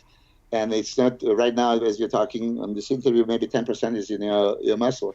But when you start training, activity causes muscle contractions and increased blood flow to those muscle fibers. When we train with the weights, it reaches 60, 65, 70%, goes in exact muscle fiber that you're training. Now, if that muscle fiber is trained with a variety of principles, compound move, isolating move, stretch overload, volumization with the metabolic buildup and everything, and your blood is saturated with all the essential amino acids, pre-digested, ATP, glucose, everything else, and there's insulin in the blood. Insulin is taking everything in the blood from the blood into the first available cells. Which cells are available? Only muscle cells. And now you're potentiating with all these muscle contractions from every angle with every different type of stimulation. So literally speaking, I would say it's like nailing everything into the muscle. So this is how I always pride myself. I say maximal stimulation of maximum amount of muscle fibers of a targeting muscle group should be our ultimate goal every time we train. Right. If you ask Mike Menzer, for him, you could train every 6 days or something, like twice a week, like 5, and you can only do reverse pull down, which would be one set bicep and back. You can do incline barbell press, which would be shoulders, chest, and triceps, right? And squats. And it's if you do anything more than that, is pointless. You do the least amount of work with the most results, right? So Dorian didn't do that little, but it would be a really low volume. And then I would have guys like Serge Nubret, Thierry Pastel, John Brown, that group. They would train 4, 5, 6 hours a day, right? I've seen both sides of the spectrum. So I'm more as a volume guy, but I'm honestly assessing. Okay, if I go heavy, it may be too much. You can wear and tear, overtrain, and get yourself. Your tendons can't handle it. But if you choose 1 or 2 moves, that you can still go heavy, but prepare it. Slow eccentric, slow concentric. It's not explosive, powerful concentric. So you prepare it. Progressive overload. You put more weight. Now you can go all out. But after I've done 2 moves all out, now I want to stimulate every possible fiber. Maybe dormant muscle fiber that you usually don't use. So I use different exercises. Sometimes, maybe I overdo it. I don't know if you've seen my last post on the Instagram. I had yesterday. We trained arms. My training partner and I. You can see we did 6, 7 different exercises back to back. For triceps and the biceps. Yeah. And then a lot of people say, that's not really necessary and all that stuff. Hey, this is something I believe in. This is why I do it. I hate it when I have to do it because I'm 55 years old. And oh, shit. Do you like occlusion training where they do some of it? Yeah, I did it. I have it. Hida gave me the bands from Japan. First time I was in Japan, first time I was 99, but 2006 when I was in Japan, the very guy that invented it had me use it. And I actually used it with this MMA fighter from Hayato Sakurai. We trained together and we did arms. And he put it in, it was really super tight and all. It was incredible, right? Then I started using it in conjunction with my giant set training. So first, I would do the regular giant sets, as much blood into the muscle. Then I would make occlusion, right? And do another giant sets with that, right? Man, and then I would release it, and it would be crazy. Yeah, I've seen there's a lot of good studies about occlusion training, but also it can cause thrombosis, and there's some you want to little bit throw scary. A clot or something. if somebody has a little bit issues, it's a little bit hard. I do it occasionally, still. I have them, and I have a very good pair from Japan Hida gave me. And in my training with Hida, it's on YouTube. Last year we did, many, many times. Now, I'm curious, do you change, like, I know you're 55, I'm 48. As I've aged, my training's had to change. What do you usually suggest for guys, especially for bodybuilders who go over 40? Because that seems to be the mark, right? Like 40 seems to be the mark. Interesting you said this, because when I started bodybuilding, I was 17, and my father, psychiatrist, oh yeah, hot shot. Let me see you when you turn 40. and I really, when you're a teenager, you're like, you don't listen to anybody. My father was the most educated. Like, you're old. So what is going to happen at 40? I'm going to be much stronger than average 40, because they didn't train. So what's going to happen? But really, like I said, accumulation of everything that we do throughout the years, damage the tendons, and they're just not the same. So I said this also to many youngsters. Oh, when I was your age, because before when I was younger, and some old man comes said, "When I'm your age, I could do." But now I cannot do, half, and sometimes maybe just a third of something I used to do, really. But now I don't even want to do it because it's a risk, it's injury waiting to happen. Exactly. So so pretty much what I do. Okay, if you and I would train, it would be that competition of who can do more reps in certain exercises, would actually who can bring the muscle to the failure in a least amount of reps. And I would shoot between 6 and 10. So you do a reasonable weight, right? But you would have to make such a strong contraction, right, that you would exhaust yourself within 6 to 10 reps. And if you honestly, truly squeeze the hell out of the muscle, let's say you do the dumbbell flies for chest, and you don't just bring them, but you overstretch, right? And then you don't go with the power, you just go with the muscle contraction, right? And then at the end, there are different levels of contraction. You can squeeze a little bit more, right? So there are different levels. A lot of times people, oh yeah, I squeeze. No, the contraction, and there is maximal contraction. When you squeeze the lemon, juice out of the lemon, this is what I'm talking about. So if you apply this to some of the exercises, right, and you squeeze, let's say, supinated bicep curls or any exercise you do, your goal would be to, so to speak, fuck yourself up as soon as possible. I like that. Empty the battery, as soon as possible, right? But honestly, because let's say you do the 10 reps, and then you didn't reach the failure, you didn't really stimulate anything. But if you honestly bring yourself to the failure, I believe in failing. I believe in that maximal stimulation.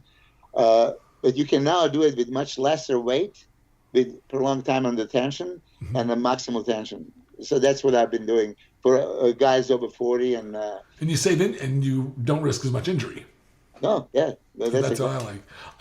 That's the biggest change in my own mentality since I got over 40. Is just I just don't want to be injured. I don't want to rip anything. I'd like to still be able to like jump around and run around.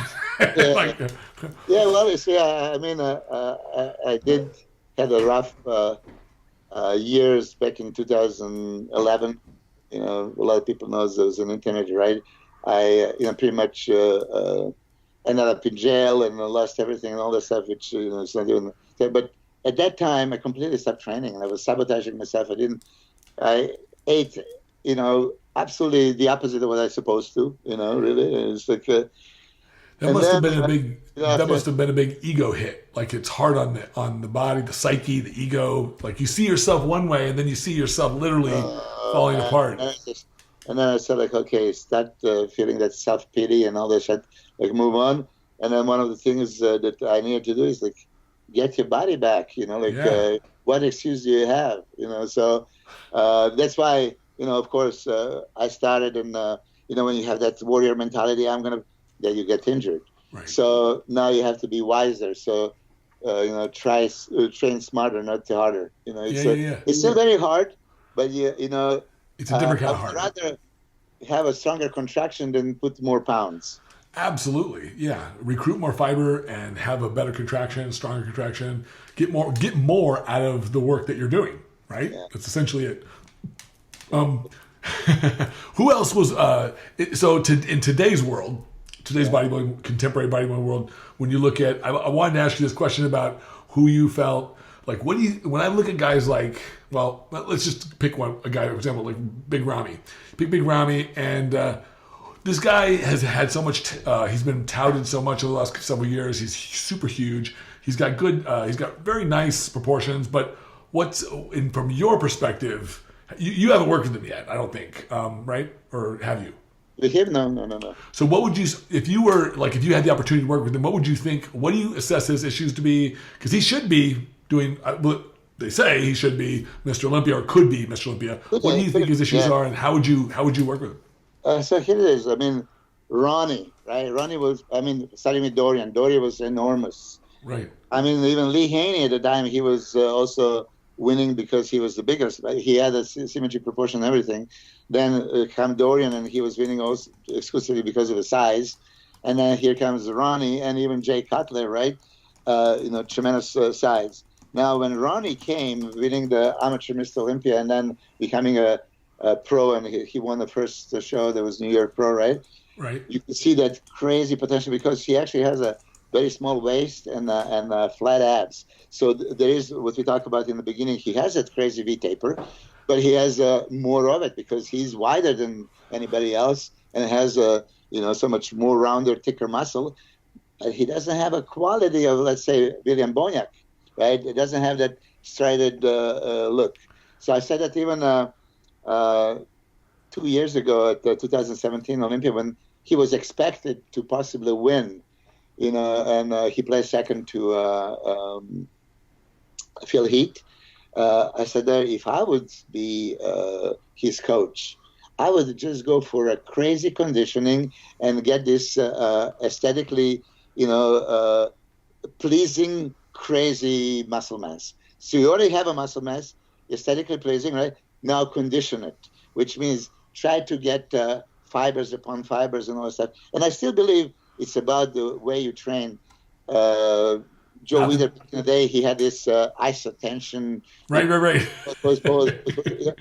I really, when... I don't know, do you remember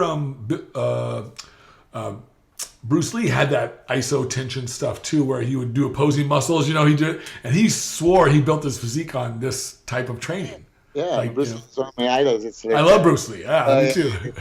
Who doesn't? Yeah. But going back to Big Ramy, right? I honestly think that if he would focus more on contracting the muscle rather than pushing the weight, because let's face it, how many of us, when you do the bench press and you lay down and you take the barbell bench press, for example, how many people are really thinking, squeeze the chest? Right. No. Your mind commands to lift the sucker off your chest. Yeah. So you're commanding the body, and body is created that way that all the supporting muscle is gonna, automatically knows what to do. Yeah. Yeah. And now let me clarify this also, because a lot of times, Milos, you want to just isolation. Yeah, I mean, when I talk about the bench press, you would work your chest and delts and triceps or whatever else. So I'm not like some of the coaches that would be, you have to be so precise, the shoulder or thoracic extension, rotation,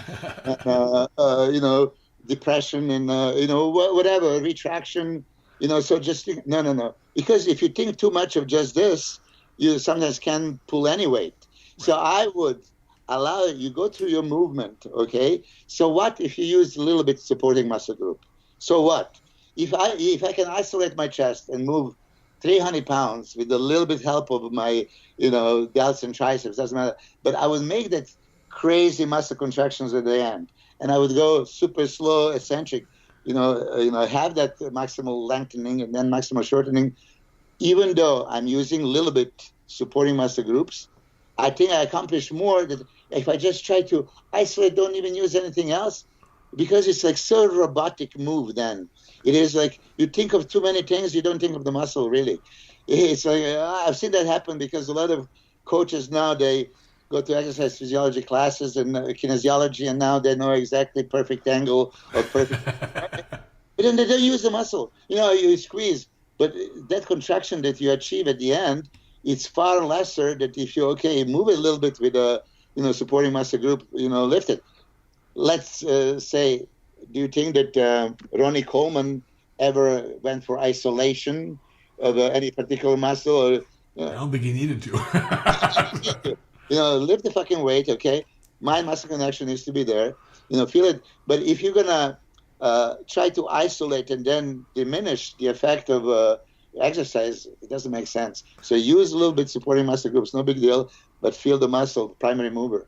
Well, we're all mechanically built slightly different. And so when you perform a bench press and I perform a bench press, even though it looks like the same exercise, mechanically our bodies are contracting muscles in different ways to be able to accomplish the movement, right? So I agree with you. I think that you use what you need to use, but the focal point should be on the chest. I remember in my 20s, I didn't feel bench press very much. I would get off the bench press and just feel my arms, my shoulders, and I'd be like, man, I was so discouraged because I wanted to really build this thick chest. So I decided to not bench press for about 7 years and just work on isolation movements until I could feel it enough where I can get on the bench. And so it took about 6 years, and then I was able to feel the bench press finally. Finally, I was able to get a burn and a pump on my chest just by doing bench press.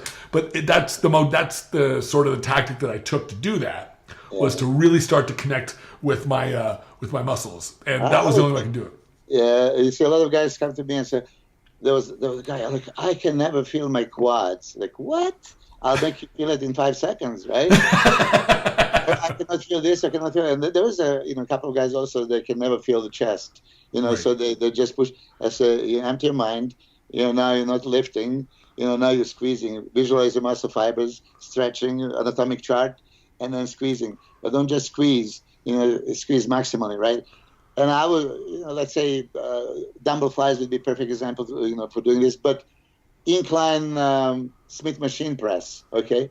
If I would make you stick your chest up all the way on the eccentric and go, okay, I would make you do 10 seconds down, okay? Okay. But then with the, chest elevated up, not putting it up, you have to now go super slow concentric. Now, everybody, many experts, it's a waste of time. Like, slow concentric doesn't recruit, high motor units and all this high threshold bullshit. Try super slows on many pressing movements. Incline presses, super slow, 10 seconds. You're going to burn like you've never burned before. Yeah. Shoulder presses, any leg, hack squats or, pendulum squats, or try the super slow concentrics. Oh my God. So yeah, it is, you have to be a little bit open-minded. It's just like, don't follow. Use your, I cannot teach you anything, but I can make you think. You want to stimulate? Okay, now you want to feel the muscle. You don't feel the chest. I'm going to make you feel it in 10, 15 seconds. So you get them in, isolation, exercise, flies, right? Or even at the Smith machine. Now, but this machine, it's not barbell. Yeah, 3 weights, you stabilize and neutralizing muscles. Machines are made to isolate more, but you still use, some supporting. But if you go super control 10 seconds down and super control 10 seconds up, doesn't matter what you do. Right. You can do bicycles. It can be, it's easy. Everybody does slow eccentrics, but very few people go slow concentrics.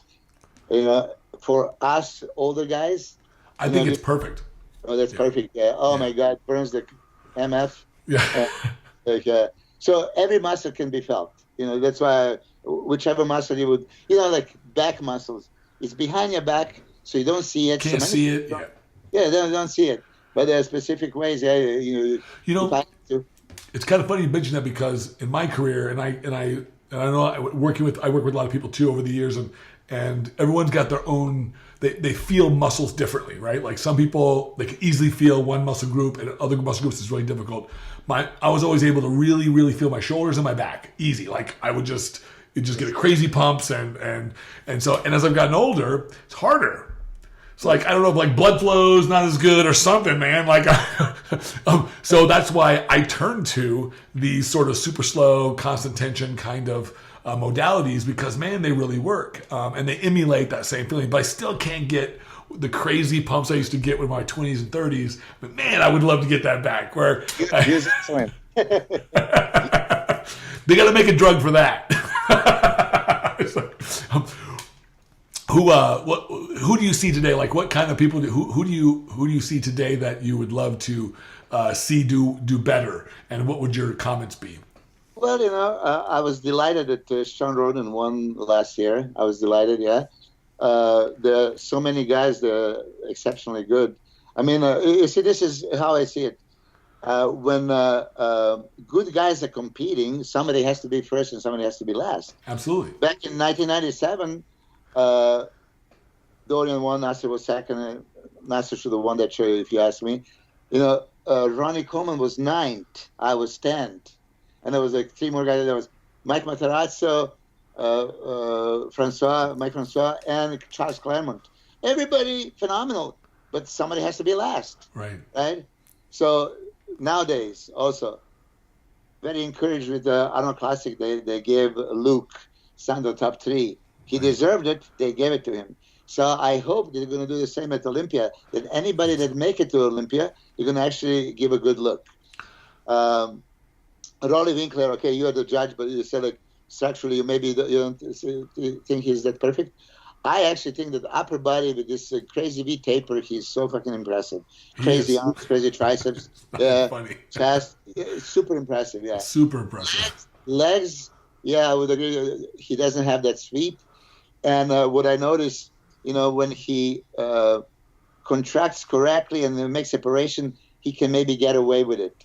But he would forget to contract. He would lose it. And many guys, look even at the Arnold Classic in Australia. I was watching podcasts and I just watch him constantly. 2 seconds and then he loses. 2 seconds he loses. And then, Maybe he needs to pose more. Yeah, pose more, but also there are specific ways. I can make my legs super separated and keep it for 1 hour. Oh, wow. Because you don't squeeze them, really. No, you don't, yeah. Yeah, you tilt the hips, so the hip flexors, going to be shown. You externally rotate the knees out. The knees, exactly, yeah. You just keep it as much as you can see that separation. It's almost like you're pulling out. Yeah, but if you squeeze like a maniac, like every other muscle, you're going to start losing it in a few minutes. But so it's like practice.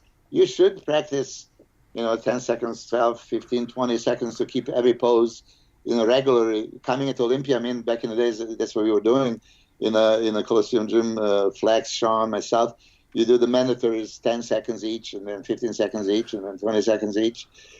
So 20 seconds, you have to be perfect, which means no, visible breathing from the stomach. Breathe from the back. Legs are separated, right? And then find the best angles. So it's interesting. People do the front double biceps, and they don't squeeze the biceps. They just flip around. No. I'm serious. And they don't pull out the lats. Like, okay, what do you want to, in each pose, you have to maximize everything. Yeah. Yeah, people will get. I think that's just a lack of practice, right? It's just a lack of practice, and people just need to practice holding all those muscles, holding everything where they're supposed to be. The best posers are the ones who are constantly practicing. You want to look like, I tell people, you want to look like a statue on stage. You want to look perfect the second you step out, the second you walk off. You don't want to look like your belly's sticking out, or that's just save that for the street. I mean, and some of the top competitors, even Mr. Olympia, was so pissed off at me because somebody posted one picture and I reposted it, and it was like offended because his stomach was out. I say, is this you? Yes. Is this Olympia stage? Yes. And somebody took a picture with your gut out. It's your fault. Yeah, exactly. You allowed it to happen. You can't. You're on the stage. You have to be 100% perfect all the time, right? But as you're saying, like, who would I like to see? I mean, Dexter Jackson, of course, is, for me, my sentimental favorite because he's really phenomenal, even at this stage. Can he actually win? Yeah, he has enough muscle mass. He has everything is there. He actually improved leg size, which was shocking to me at this stage. I would like to see Big Ramy that you mentioned at his absolute best. If he's 10 pounds lighter, so be it. And Neil Healy is preparing him, so I hope that they all already know. I mean, conditioning is what's going to bring him up. If he comes conditioned, he can give them hell. I would like to see Phil Heath come back. Me too. I would like to see, because even though, like they say, like I would be a hater. No. Of course, he's like one of the most perfect bodybuilders you can possibly imagine, right? But if he didn't deserve to win, I would not give it to him. So he didn't deserve to beat Sean last year, but he was not perfectly conditioned. If he was, it would be different, right? But, and then he shows the pictures of like his hamstring. It was just, you set your standard, and you have to, maintain it. So he's Mr. Olympia, and he was so conditioned every time. I would like to see Cedric McMillan, come slice and dice because he could. So do you think that's his, do you see that to be his problem, just not being in the right, like just like Ramy, not quite in the condition that he needs to be? Is that how you see it? Exactly. I mean, for me, from the back, that back double biceps is ridiculous. It's like, oh my God. And he had everything flows, and he has muscle size and everything. But in San Marino, he was conditioned, but again, it was not spectacular. When you're going for Mr. Olympia, you're giving everything, every ounce of energy that you have, everything, from the heart. You don't leave anything like stone unturned. You step on that stage 100% or nothing. 100%, right. So if you're 100%, you can win the goddamn contest and make millions. I mean, this is really, you have to think of this. This is also your business. How you place, is going to reflect on your life in general. So you're going to go so, like half-fast? No, you have to be all out. So speaking of 99 Olympia that I competed, that was my last Olympia. Every guy in the show was perfectly conditioned. Everybody. Not the one. I mean, like I said, Jake Otto was 15th in the perfect condition. I was 10th, like anybody, Pavel Yablonitsky, phenomenal. Everybody was conditioned. It was not like if buts about it. Nowadays, a lot of guys, I wish, you see them like Ronnie Winkler 2 weeks before the Arnold Classic, there was that guest posing. I said, how on earth would he pull it out? And pull it off. There's no way. There's no way. You have to be, that's your livelihood, that's your profession. And that's the privilege. You can compete against best in the world, and you can possibly be picked as the best of the world. And exactly. Don't try hard enough. It's unbelievable for me. So I'm curious, so like having worked with some of these really wonderful athletes, like I know you focus a lot of your energy on the workouts and on the nutrition piece, which is really important. But I'm curious from your perspective, knowing some of these guys like Nasser and you named the champion. How important is mindset in your mind? Everything. I mean, my nickname is the mind. I always say like, what mind. I thought it was because you were smart. but everything is there really. And let me tell you this. I said in the interview for Muscle Beach, I was competing in the 90s, and maybe that was my biggest mistake. I knew I competed with Flex and Sean and Kevin and Ronnie Coleman, Nasser, right? So I was never in a state of mind that I am going to the show and I know I can win. Because I was realistic. I said, okay, only one time. I swear to God, in 72 pro shows, only one time, 1997 Canada Pro Cup, I even, in an interview with Peter McGough from Flex Magazine, I said, I'm going there to win. I know there was Chris Cormier, Mike Matarazzo, and some other guys that are usually, very competitive, they can beat me, right? But I truly, honestly believe I can win that contest. And there's that winner's mentality, right? Yes. And I'm my worst enemy now when I look back. I really didn't believe it. But at that time, I believed it and I won. And even a week later, I'm going to Night of Champions, like same guys. It's like, oh, shit, it's in America. They're not going to give it to me. I was just like not going into the show believing I can win, and I lost. I was second. But many times I said this to my athletes. Look, I don't care who you compete against. You have to have that winner's mentality. Yes. First, you're going to live and die. In a gym, you're gonna die under the sword, right? You're gonna be prepared, and then you're gonna fight on the stage. I had a 2007 5 guys at Olympia, right? And they were training together. They compete against each other, right? But in the gym, they're best friends. over there, I said to everybody, I want you to beat him. I want you to beat him. If I will compete with them, I said, I'm planning to give my all and beat you guys, and I want you to beat me. It's like not even respectful if you're not going to give your 100%, right? So when I prepare the guys, I prepare them mentally also that everybody can win. And I really also believe, now when you mentioned those guys, I didn't mention Brandon Curry. For me, Brandon Curry is a front runner, really. Yes. I mean, some people watch that he's not at that level. What do you mean he's not at that level? Of course he is. He is, and if he comes even a little bit more conditioned and a little bit more sweep to his thighs. I've said it for the last 2 years, and especially this last year, but even before the Arnold, because I've known Brandon since he was an amateur. I've watched him climb. I've watched his progress, the spectacular progress last 2 years, and I have said, hey man, if there's anybody out there who's justifiably the next guy who could be the contender for the Mr. Olympia title, it's Brandon Curry. He's got the kind of he's got really crazy muscle roundness. He's got the conditioning. He's got the small waist. He's got the nice X frame. He's got all the pieces, and he just has to have it up here, his focus, and so that's why he goes to Kuwait to train, and it's good for him. Works for him, perfect. Yeah, by all means. I mean, I'm looking forward to seeing, but really. Message to all the Olympia competitors is, this is the day you shine. This is the day you fight and die if you have to, right? But don't come, unprepared. And then anybody can beat you, for what reason? Because you're not 100%. I mean, it's easy to prepare the body, but you got to also, like you said, we got to prepare the mind, Yes, but if you're a professional, you're already at that level. Now, especially Olympia competitor, that means you earned. That's so right. your mind should tell you already, you are at that level. Nothing was given to you, you earned.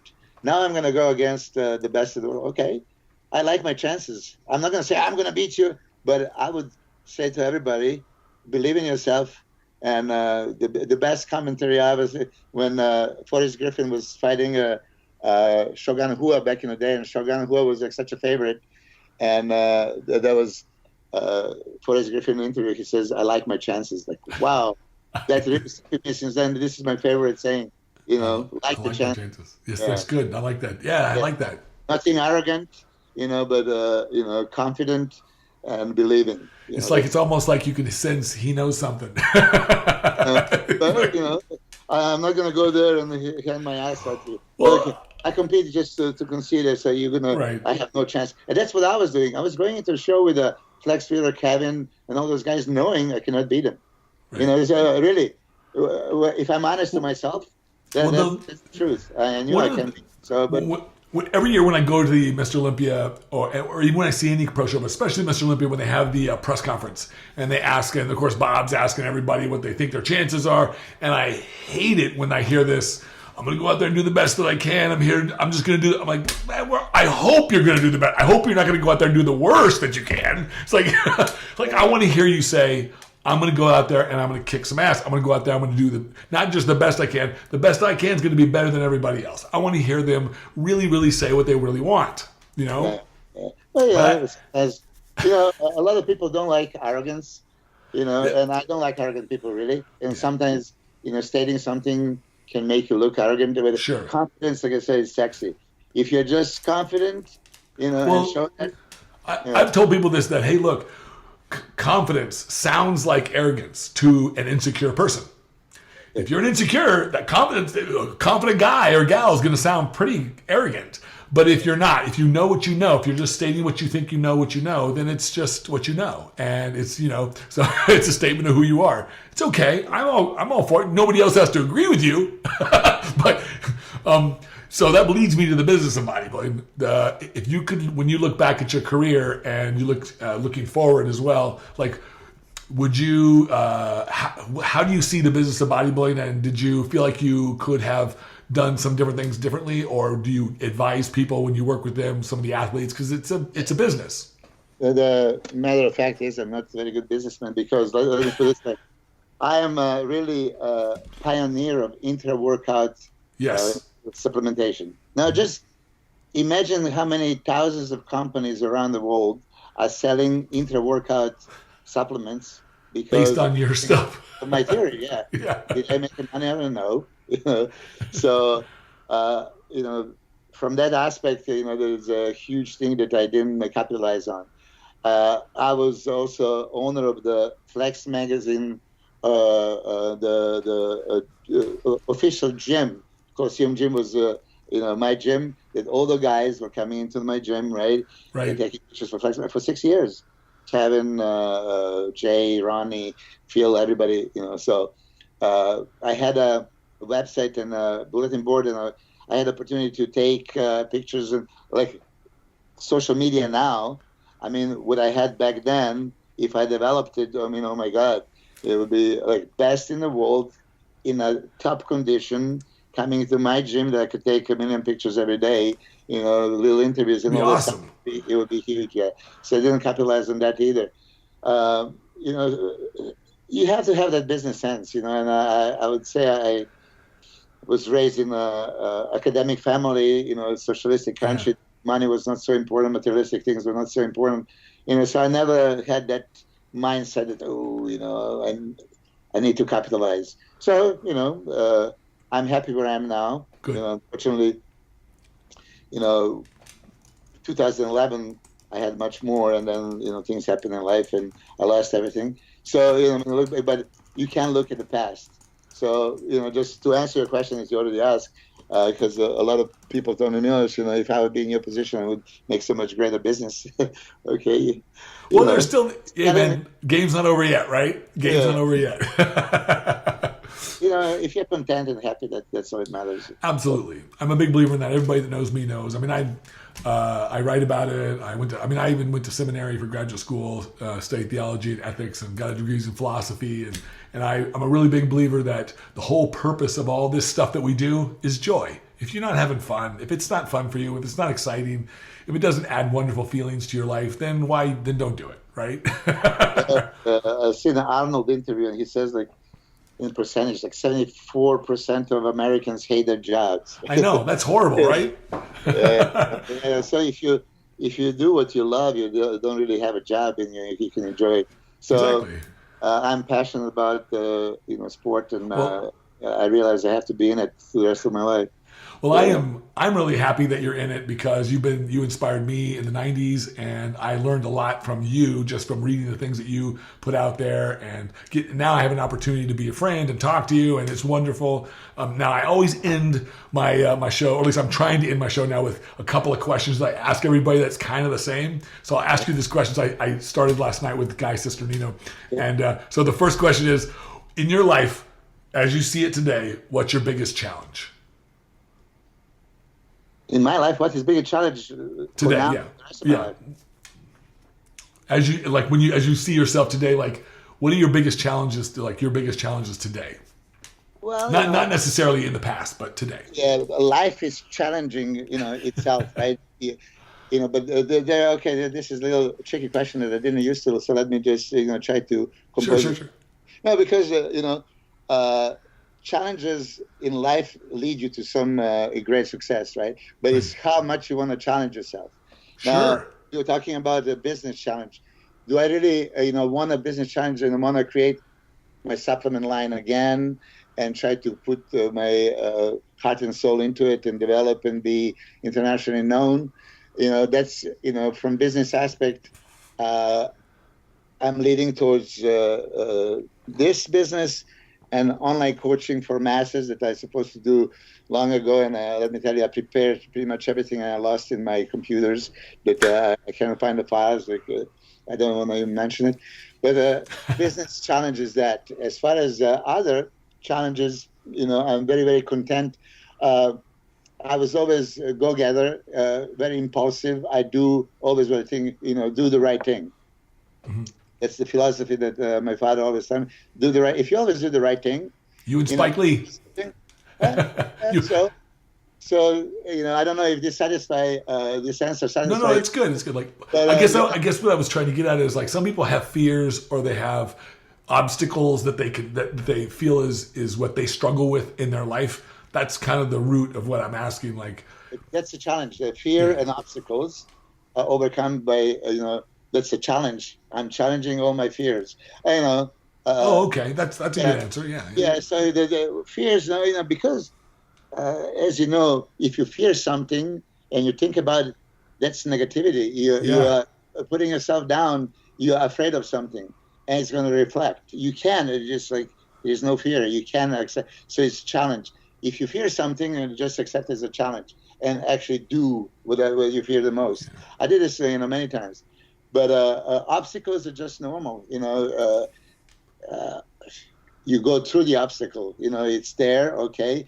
If it's easy, it's maybe not even that much enjoyment. If it's everything given to you, you know, you have to have it. It's just like, and you don't become more, right? Like the only way to grow in life is to challenge yourself. I said the only way to grow in this life to become more than you are is to face challenges. Yeah, but like I said, somebody has it easy, right? Everything is, paid for them. But somebody has a hard way. I like those challenges, and I just mentioned this, like as every man, if you had some woman that is so easy to get, you don't even probably want it because there's no challenge, right? No challenge. You like to hunt. Challenge is always good. Well, so the second question is a follow-up question. It's a little easier. What today, when you look at your life, what do you feel like your biggest blessings are? Bigger blessings that of course, my daughter would be my biggest blessing. But how old is your daughter? She's 21, like in next month. Yeah. Oh my gosh! Oh gosh, she's an adult now. Yes, the thing is, biggest blessing is that I actually managed to convince myself back in '80s to leave my country, leave my family, leave my friends, come to the unknown territory alone, and pursue my bodybuilding career. That's that's a blessing, because if I look back, if I stayed in my country, I would just do some regular job that I would probably hate. And, you're from Romania? Yugoslavia. Former Sir. Yugoslavia. But this is one thing that I consider, it was a challenge. I had set my mind to it. Like back in '80s, from socialistic country, there's no way you can get really American visa. But I was fortunate enough that I was invited for a bodybuilding contest, so I got this invitation. Then I got a visa. Then I traveled here. But I already planned. Okay, that's center of bodybuilding. California is where I'm supposed to be. I had no money. I had speak no English and all this stuff. But I was set to succeed. And that was my biggest blessing. That I convinced myself, to come and try myself in this environment. Okay. That's a good one. I like that. It's good to look back and be grateful for your experiences, right? I mean, so we all. I apologize to you. I have two guys that. Nope. This is good. Yeah, that's okay. This is good. This is good. This is where I usually we're a little over the 2-hour mark, which is perfect. Hey, Milos. Stay on the line after I stop the recording, but thank you so much for taking the time. I know that your time is precious, and I want to respect that, and I totally appreciate you taking the time to do this podcast with me. I appreciate you so much. I appreciate you inviting me. I enjoyed myself, so thank you for the opportunity. Oh, yeah, awesome. Thank you so much. Handle your high with Tadayoshi.